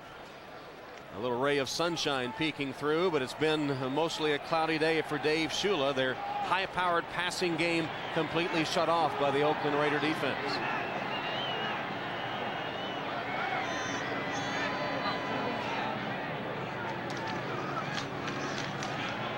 Harold Green. Gain of 3. Jerry Ball, the tackle, with help from Austin Robbins. Bengals have tried to run the ball desperately today. Their last 100-yard rushing performance was by Harold Green in 1992 against New England in December. That's how poor a running team this Cincinnati franchise has been. That's why they drafted Kajana Carter. That was the year Green gained 1,170 yards, but never returned to that sort of season. Bieniemy made one move to get close to the sticks. Rob Fredrickson wraps him up. It'll be close to first down yardage. Bieniemy's 3rd catch of the game. And the 3rd quarter will come to a close with the Raiders leading the Bengals 17-3. We'll be back to Riverfront Stadium after these words from your local station. Lost their heads early over the success of this team, but today has not been a good day for Jeff Blake and the Bengals. A lot of close games they played. They've won only 3, but they've been in every game and trail here by 14, but it's been Raider domination. They needed a foot on 3rd down, and Cothran may or may not have gotten it. Well, that was Beekert 54, Fredrickson 53, the 2 linebackers. And I'm telling you, Cothran barely got that ball when both those linebackers were there, and the choice, go for the punt. Look, the Bengals in the month of November have 4 conference games, this being one of them, 3 division games. They need 2 wins. I don't think they felt they were going to get one here. I think they're saving this team for the next 3 weeks. And I frankly don't blame them. They're not in the Raiders league.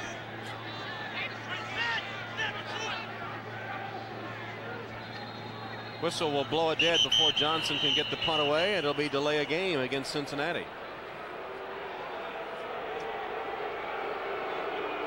And the loudest noise we've heard today have been the boos for the penalty, and just before that for deciding to punt on 4th down in less than a yard. Probably the same group that left last week early. Delay by the offense, still 4th down. Cincinnati has had 10 possessions in the game, and 5 of them have been 3 and out.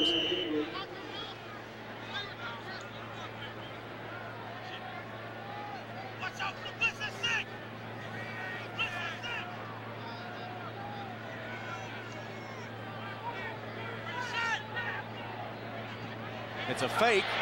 Bieniemy on the direct snap. He's got the first down and more. All to the Raider 42-yard line. 26-yard gain on the fake. Well, they had to do something. Yeah. One, to ignite the team, give them some feeling that maybe we can do something. Two, to ignite the crowd. It's certainly easy, and it's there. A nice block from David Dunn downfield. Eric Ball, the former Bengal, had to make the tackle, and Bruce Coslett pulling one out of his bag of tricks. Except I think Joe Wessel, the special teams coach, makes that call, not the offensive coordinator. Brucey would like the credit, especially today. Eric Bieniemy. 3-yard gain there. Well, we had a burst of excitement, and on that, we'll send it back to New York. Greg Gumbel in another update. All right, Tom, at the Meadowlands, the New England Patriots continue to roll. Curtis Martin from 9 yards out finds his way into the end zone. His 7th rushing touchdown of the season. The Patriots leading the Jets. They're just starting the 4th quarter, 20-0. Tom. All right, Greg. Mike White and the Raiders up 17-3, but seeing Cincinnati with a little spark here in the 4th quarter. On the fake punt. 26-yard run by Bieniemy. Jeff Blake, arm hit as he let it go, still caught. David Dunn was in the right spot at the right moment and will be a yard short of the first down. Pat Swilling, you remember, knocked the ball free from Blake. A fumble that was converted into 3 points in the first half nearly happened again. You see Swilling come around the corner, just swipes his arm around Joe Walter, and then gets pulled down, talks to the ref. The completion is made. Well, this Raider pass rush, it is extraordinary, isn't it? 3rd down and a yard. Blake's going to throw for it, and it's hit at the line of scrimmage and knocked down by Andre Bruce, or let's see, it was Bruce, number 99. And David Dunn was wide open. Blake had a couple of passes knocked down last week, but with the motion, you hope to influence Andre Bruce. He's down, blocked by Joe Walters, sees it coming, knocks away. David Dunn goes for the first down, and again, they go for it on 4th down, Tom. 4th down and a yard. I formation in the backfield. Play action. Blake's pass on target, caught by Pickens, his first catch of the day. First down, Cincinnati at the 11-yard line. Now you see a little life in this offense. 22-yard gain, Carl Pickens. He's matched up against Terry McDaniel. He looks back, excellent move, comes back for the football, makes sure of the catch. His first of the day, as you said. When the Bengals can't consistently get the ball to Carl Pickens, they have very little offense. Boy, he made a quick break on that, didn't he, to get free. 9th play of the Cincinnati drive. A couple of key conversions on 4th down. Blake's pass right off Pickens that time. Looked like the ball got into his pads and bounced away. It looked like he stumbled, and he couldn't really right himself and get his hands up there to make the catch.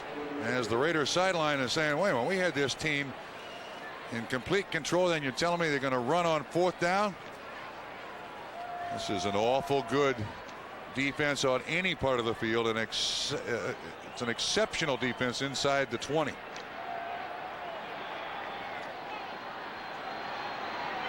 Second down from the Raider 11.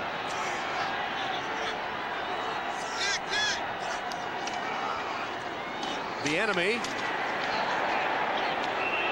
got a yard to the 10. Andre Bruce collapsed him. Few boos here. I mean, the best play they've had all day long has been the draw. Well, why are they booing a draw call there? Well, let's see if they keep Bieniemy limping off. They've gotten 48 yards on 4th down in this drive. 26 on the fake punt and 22 on the Pickens 4th down reception. Dave Shula's hoping they don't have to go to 4th down this time. Yes, really.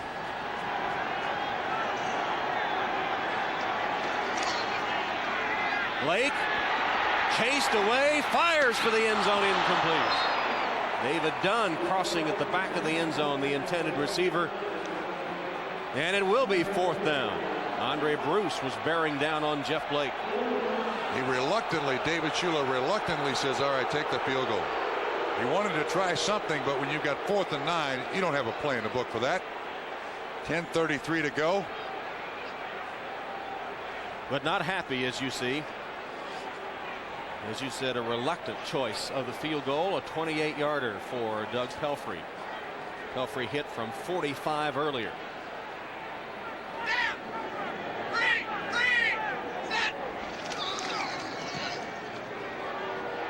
And he boots it through, but the fans still not happy. Couldn't get the touchdown, and it's 17-6. This close.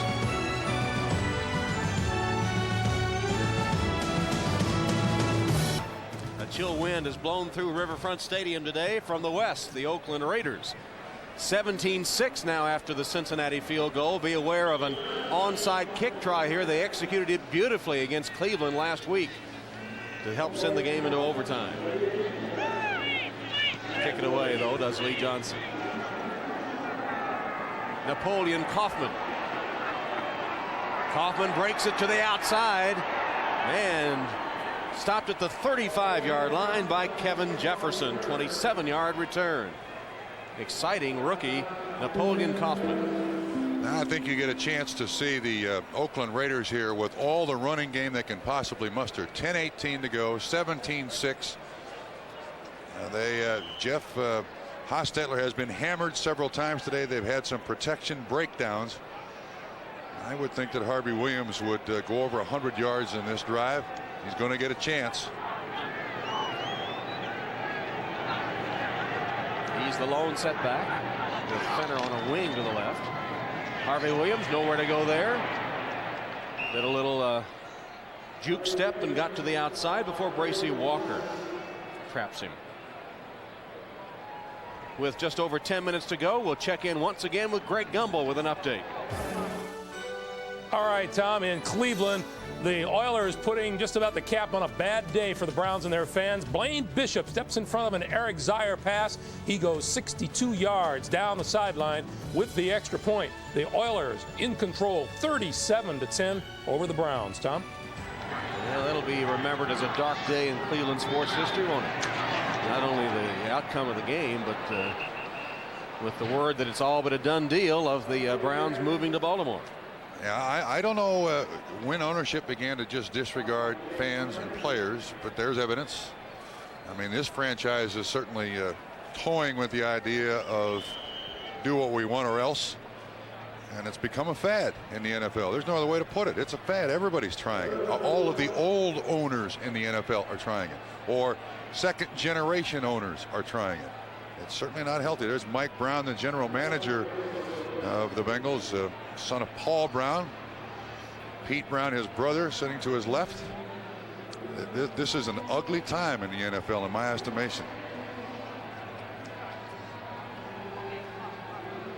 Short, you see, of the needed yardage for the first down, but with that last carry, Harvey Williams has gone over the century mark. 19 carries, 103 yards on the day. Well, the Raiders did their own move. Yeah, and you know who was one of the biggest complainers? Art Modell. He constantly harangued against Al Davis moving from Oakland to Los Angeles the first time. He was the most vocal.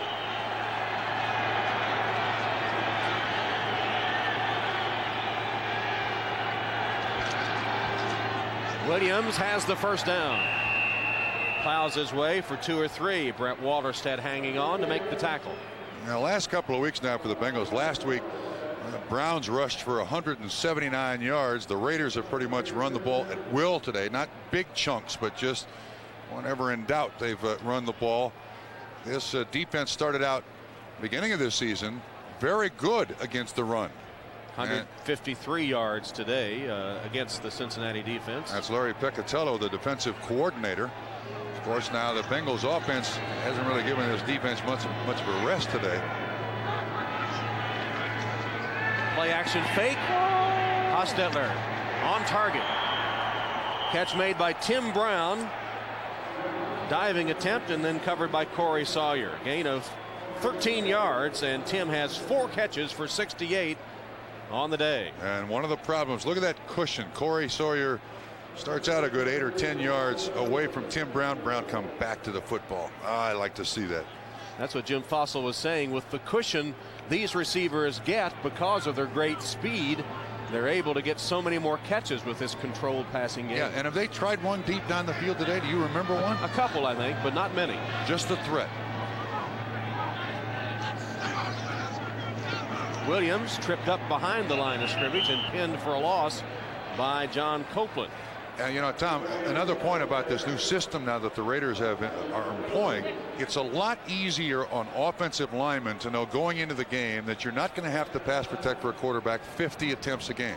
If you've got 50 runs a game, your offensive linemen love what you're doing because it's much easier to run block than it is pass block all day long. Hostetler has put the ball up 27 times today.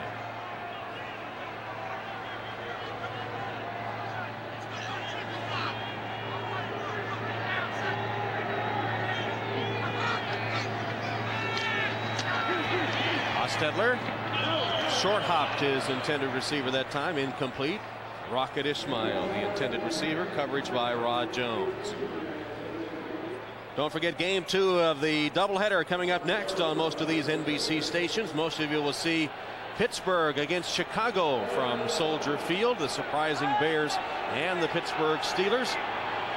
Steelers able to take over first place in the Central with Cleveland losing to Houston, and Cincinnati apparently is going to lose to Oakland, barring a dramatic turnaround. Some of you will see the Buffalo Bills and the Indianapolis Colts in an Eastern Division battle. On third, Hostetler steps up and it's intercepted. Picked off by Bracy Walker. Knocked out of bounds at the Bengal 47-yard line by Darrell Hobbs.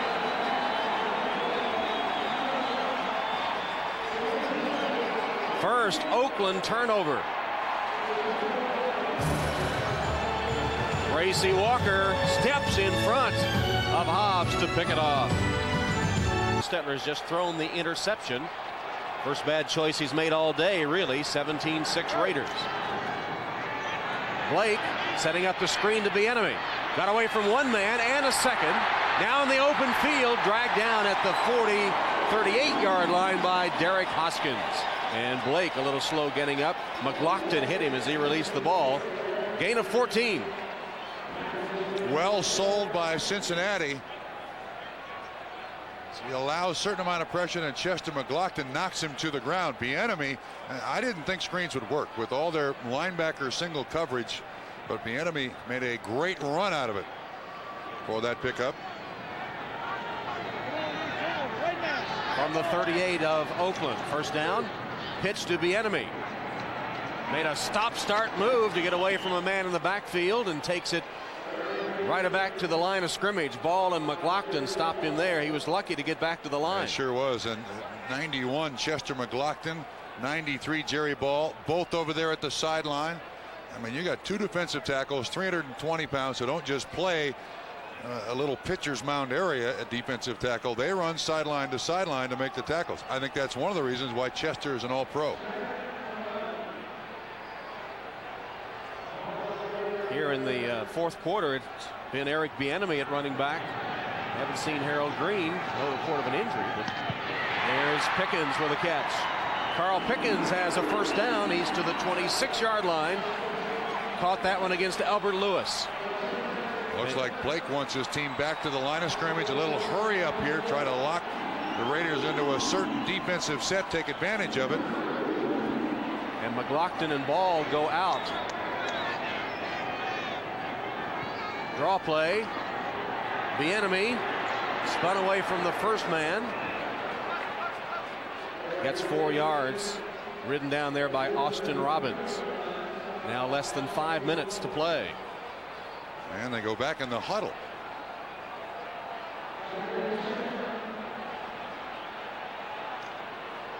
They have all their timeouts left.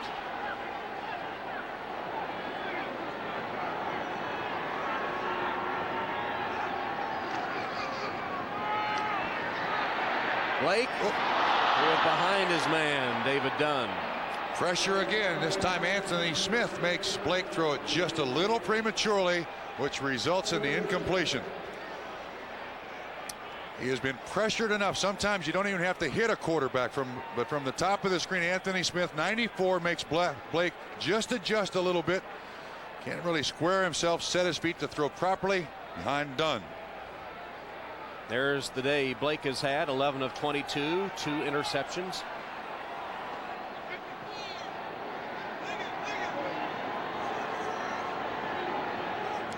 Looking for a rare conversion on 3rd and long, and he is hit. Pat Swilling again, and that's the 4th sack of Jeff Blake. And that first guy wasn't open. He's looking at the second guy, and Swilling is right on his back. 2nd sack of the day for Pat Swilling, who has 7 on the season, 93.5 for his career. Timeout Cincinnati with a 4th down coming up.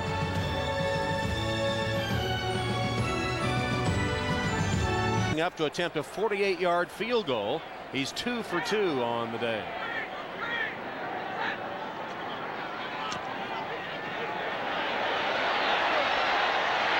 And he's got it.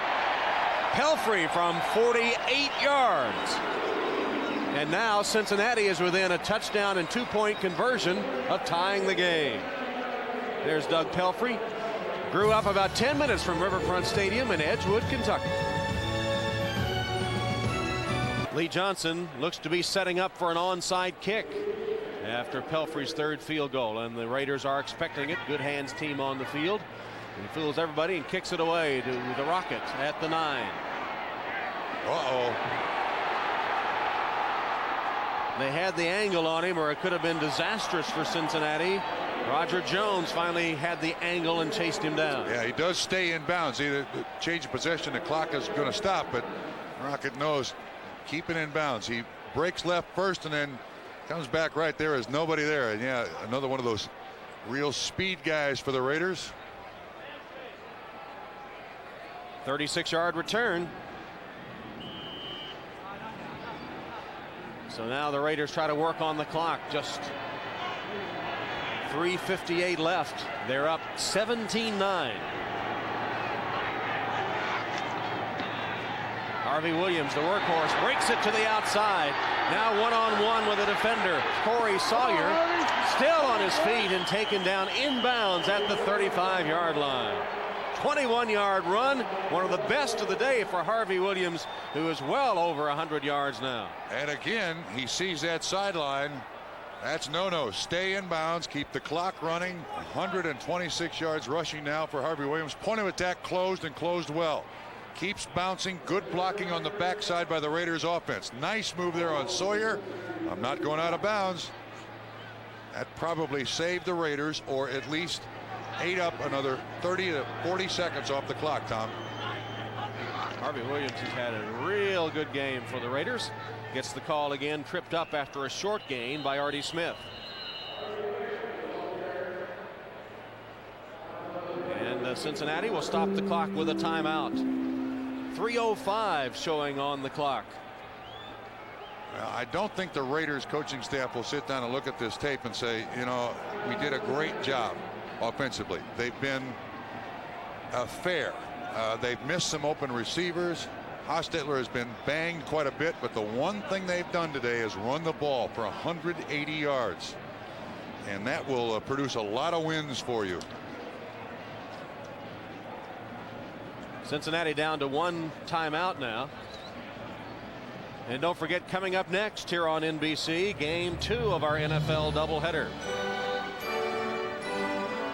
Most of you will see a battle of great football traditions as the hard-hitting Pittsburgh Steelers defense takes on the surprising firepower of the Chicago Bears offense. That's coming up next on most of these NBC stations. Check your local listings. 3:05 left. 17-9 Raiders. Play action pass. Hostetler streaking for the end zone. Jet and incomplete. Roger Jones was with the speedster James Jett, who wanted a call, wanted a flag, and got none. One-man pattern. They had 2 tight ends. Total blocking for Jeff Hostetler is just James Jet on Jones. I don't blame him for trying against these corners. Everybody else has. Everybody else has succeeded. Hostetler just underthrew it ever so slightly. Jet had to slow down and adjust. And then Jones was able to knock it away. It was underthrown by Hostetler, and then Jet still saw it go between his hands. So a missed opportunity for Oakland to put the game away. Third down. Draw play, Williams. 28-yard line, short of the first down. The tackle by Rico McDonald. Well, now you got a tough choice if you're Mike White. What do you do here? Take a field goal, chance of a block. You go for it on fourth down, pooch punt. I mean, the Bengals taking a timeout gives them a chance to kind of collect themselves and make the right decision. Let's see, the ball is at, what did you say, Tom, the 28? So that would be what, a 45-yard field goal. Certainly in Jager's range, although he's missed one. That was 37 that hit the crossbar, as I recall. Or was that a 50-yarder?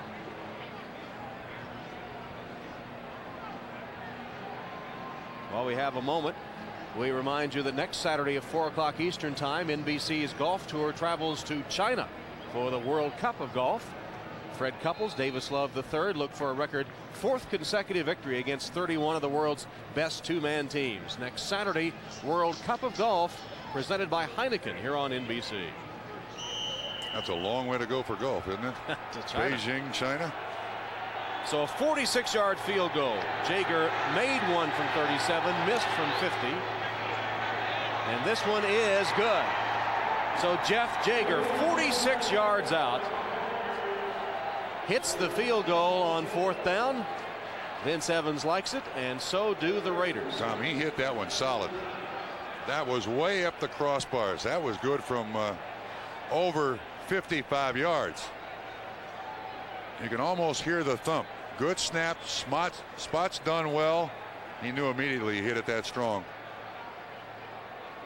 Yeah, he blasted it through, and he likes the look of that one. That was a 50-yarder that hit the crossbar, hit the upright earlier. I mean, that's quite a way.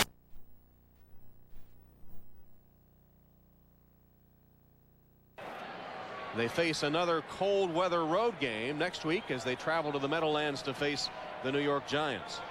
I think the Raiders can win a lot of games just like this. Your defense just scare the offense to death that you're playing. Offense play good, not great, win.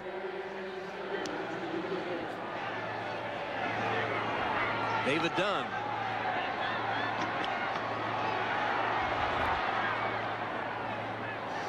Gang tackled at the 30 with Carl Kidd first to arrive on the scene.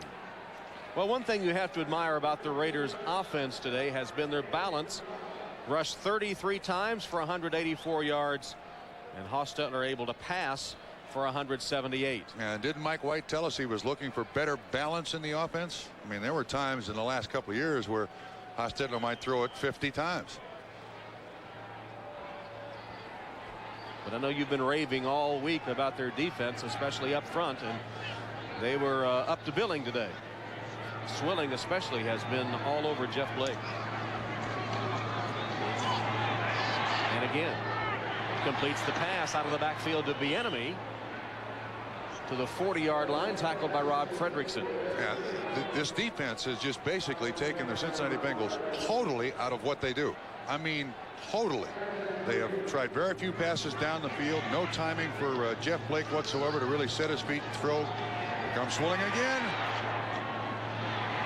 McGee with a catch for a first down. Blake got away from Swilling by stepping up just at the right moment. A 12-yard gain as we come to the 2-minute warning.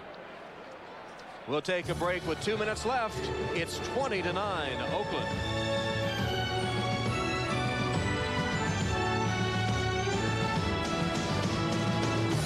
Cincinnati right up to the line and ready to go. Blake whips it in the direction of Pickens. Short hopped him and incomplete. So if things don't change, the AFC Central standings will look like this, with Pittsburgh still to play at Chicago in the second game of our doubleheader. And look at that, everybody. Jacksonville and Cincinnati with 3 wins, Cleveland and Houston with 4, and Pittsburgh pending. Now some of you may see the Buffalo-Indianapolis game, which will impact the AFC Eastern Division standings. Buffalo and Indianapolis tied 5-3 coming in. Blake going for the end zone. And broken up, intended for David Dunn. Good defense by Terry McDaniel, who already has 2 interceptions today. So you see the importance of the games coming up. Most of you will see Pittsburgh against Chicago. Others will see Buffalo against Indianapolis. Check your local listings for the game in your area. We did the Buffalo-Indianapolis game up in Buffalo. Indy's already got one up on Buffalo in 1995. That was the game in which Buffalo got well, wasn't it, when they turned their season around? Yeah, that's right.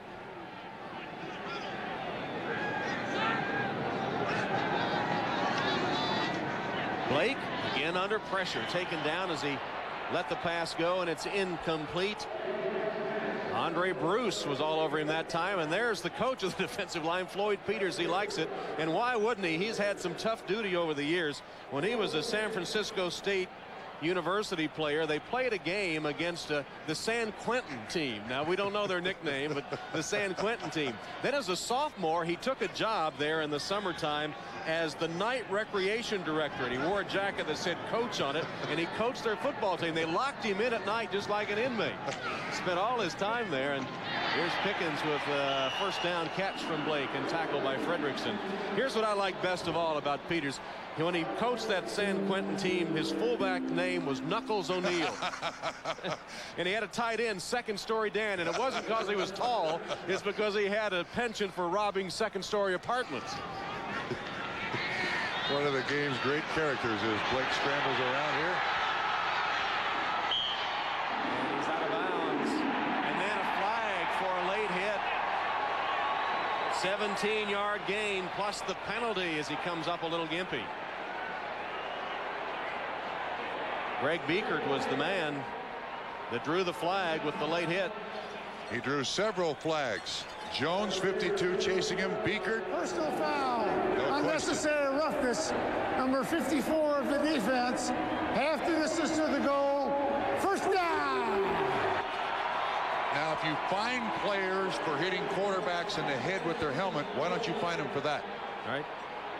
Good point. Well, it remains the best offensive play of the day for Cincinnati was the 26-yard fake punt run by Eric Bieniemy. But the Bengals have the ball now at about just inside the 7-yard line with 1:14 left. First and goal.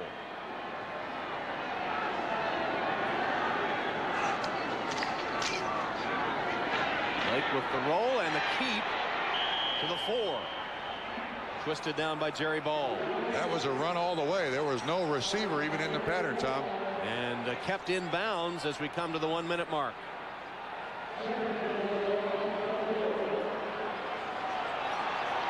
James Joseph into the game. Bengals out of timeouts. Took them a long time to get this play ready to go. Corner of the end zone. And nothing doing there. McDaniel had coverage on Pickens. That's the Bengals' favorite play. And Pickens' string of consecutive games with touchdown catches is in jeopardy. Definitely is. And he is their goal line receiver. I mean, under all circumstances, Jeff Blake and Carl Pickens on the goal line seem to have this mystical connection. Pickens tells him, just throw it up there. I'll get it. Third and goal. Blake rifles it and complete to Pickens. The string is alive. He beat Albert Lewis for the touchdown.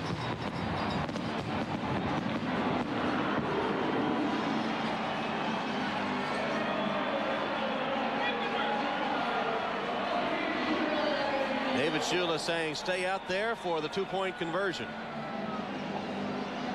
They're not giving up, and this is a nice slant pattern run by Carl Pickens. Albert Lewis was the man in coverage. Pickens gets both feet down. Good accurate throw by Jeff Blake. That's the way Jeff has looked previous in this season. Hang it up there, and the interference call, David Dunn. Albert Lewis will get called for it. Cincinnati has not succeeded on a 2-point conversion this season, 0 for 2.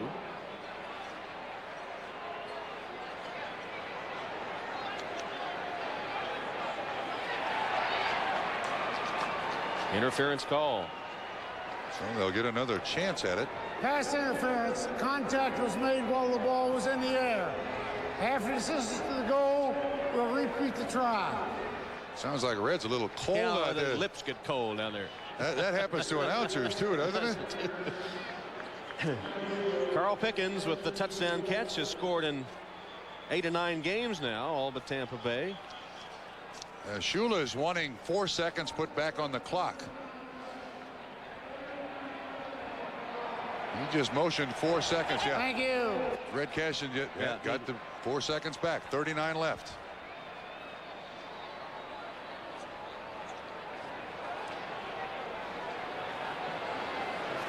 Blake and the Bengals down by 5, and again lining up for the 2-point conversion after the ball moved to the 1.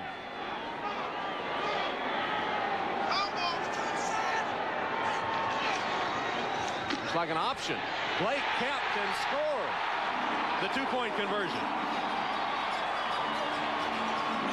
He looked pretty good doing that, Yeah, too, he didn't did. The pitch was open too, I believe.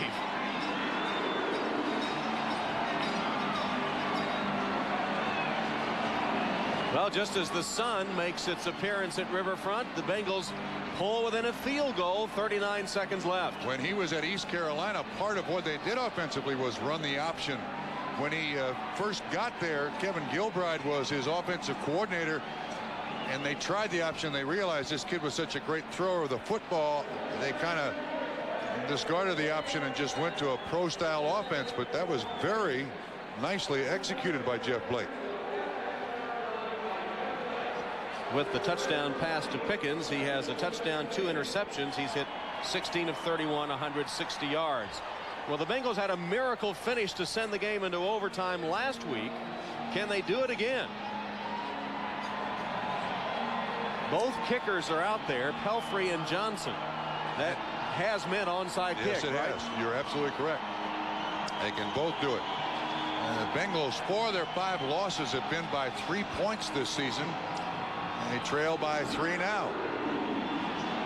Well, they got their hands team out there again, the Raiders do, expecting the onside kick. Now, Pelfrey and Johnson lined up in tandem.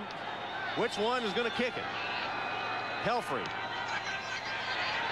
Up for grabs, and Fenner wraps it up. And now a fight and a flag. Derek Fenner, the former Bengal, made sure he wrapped up the kick. That's the same kind of kick that Pelfrey executed last week against Cleveland, down into the ground, get that big high hop. It worked against Cleveland because there was no Cleveland player who went after the football. They were all blocking. Fenner this time goes after it.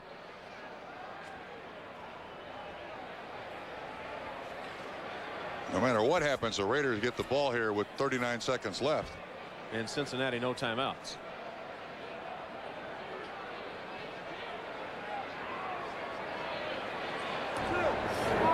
Unnecessary roughness. Number 31 on the Bengals. He is ejected from the game. Unnecessary roughness. Number 54 on the Raiders. The penalties offset after the ball was dead. It's first down and 10. Greg Biekert of the Raiders and Darrell Williams of the Bengals. All right, there in the corner of the screen, a push and a shove, and one is ejected, one is not. Williams ejected, Biekert not. Well, that cost Darrell some money when you're ejected from an NFL game.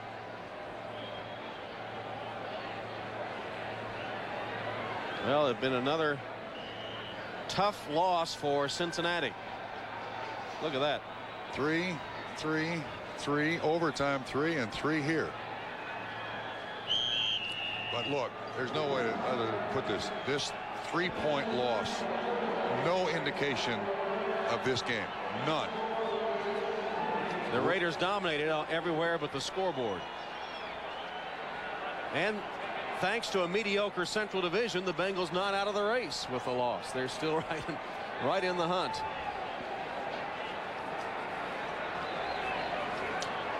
Bengals will play at Houston, trying to avenge an earlier loss to the Oilers next week, while Harvey Williams and Hostetler and the Raiders travel to play the New York Giants.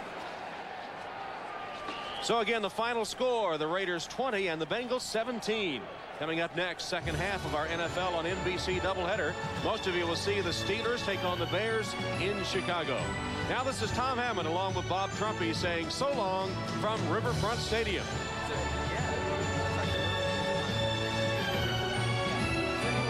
You've been watching the NFL on NBC, home of Super Bowl 30. So long, everybody.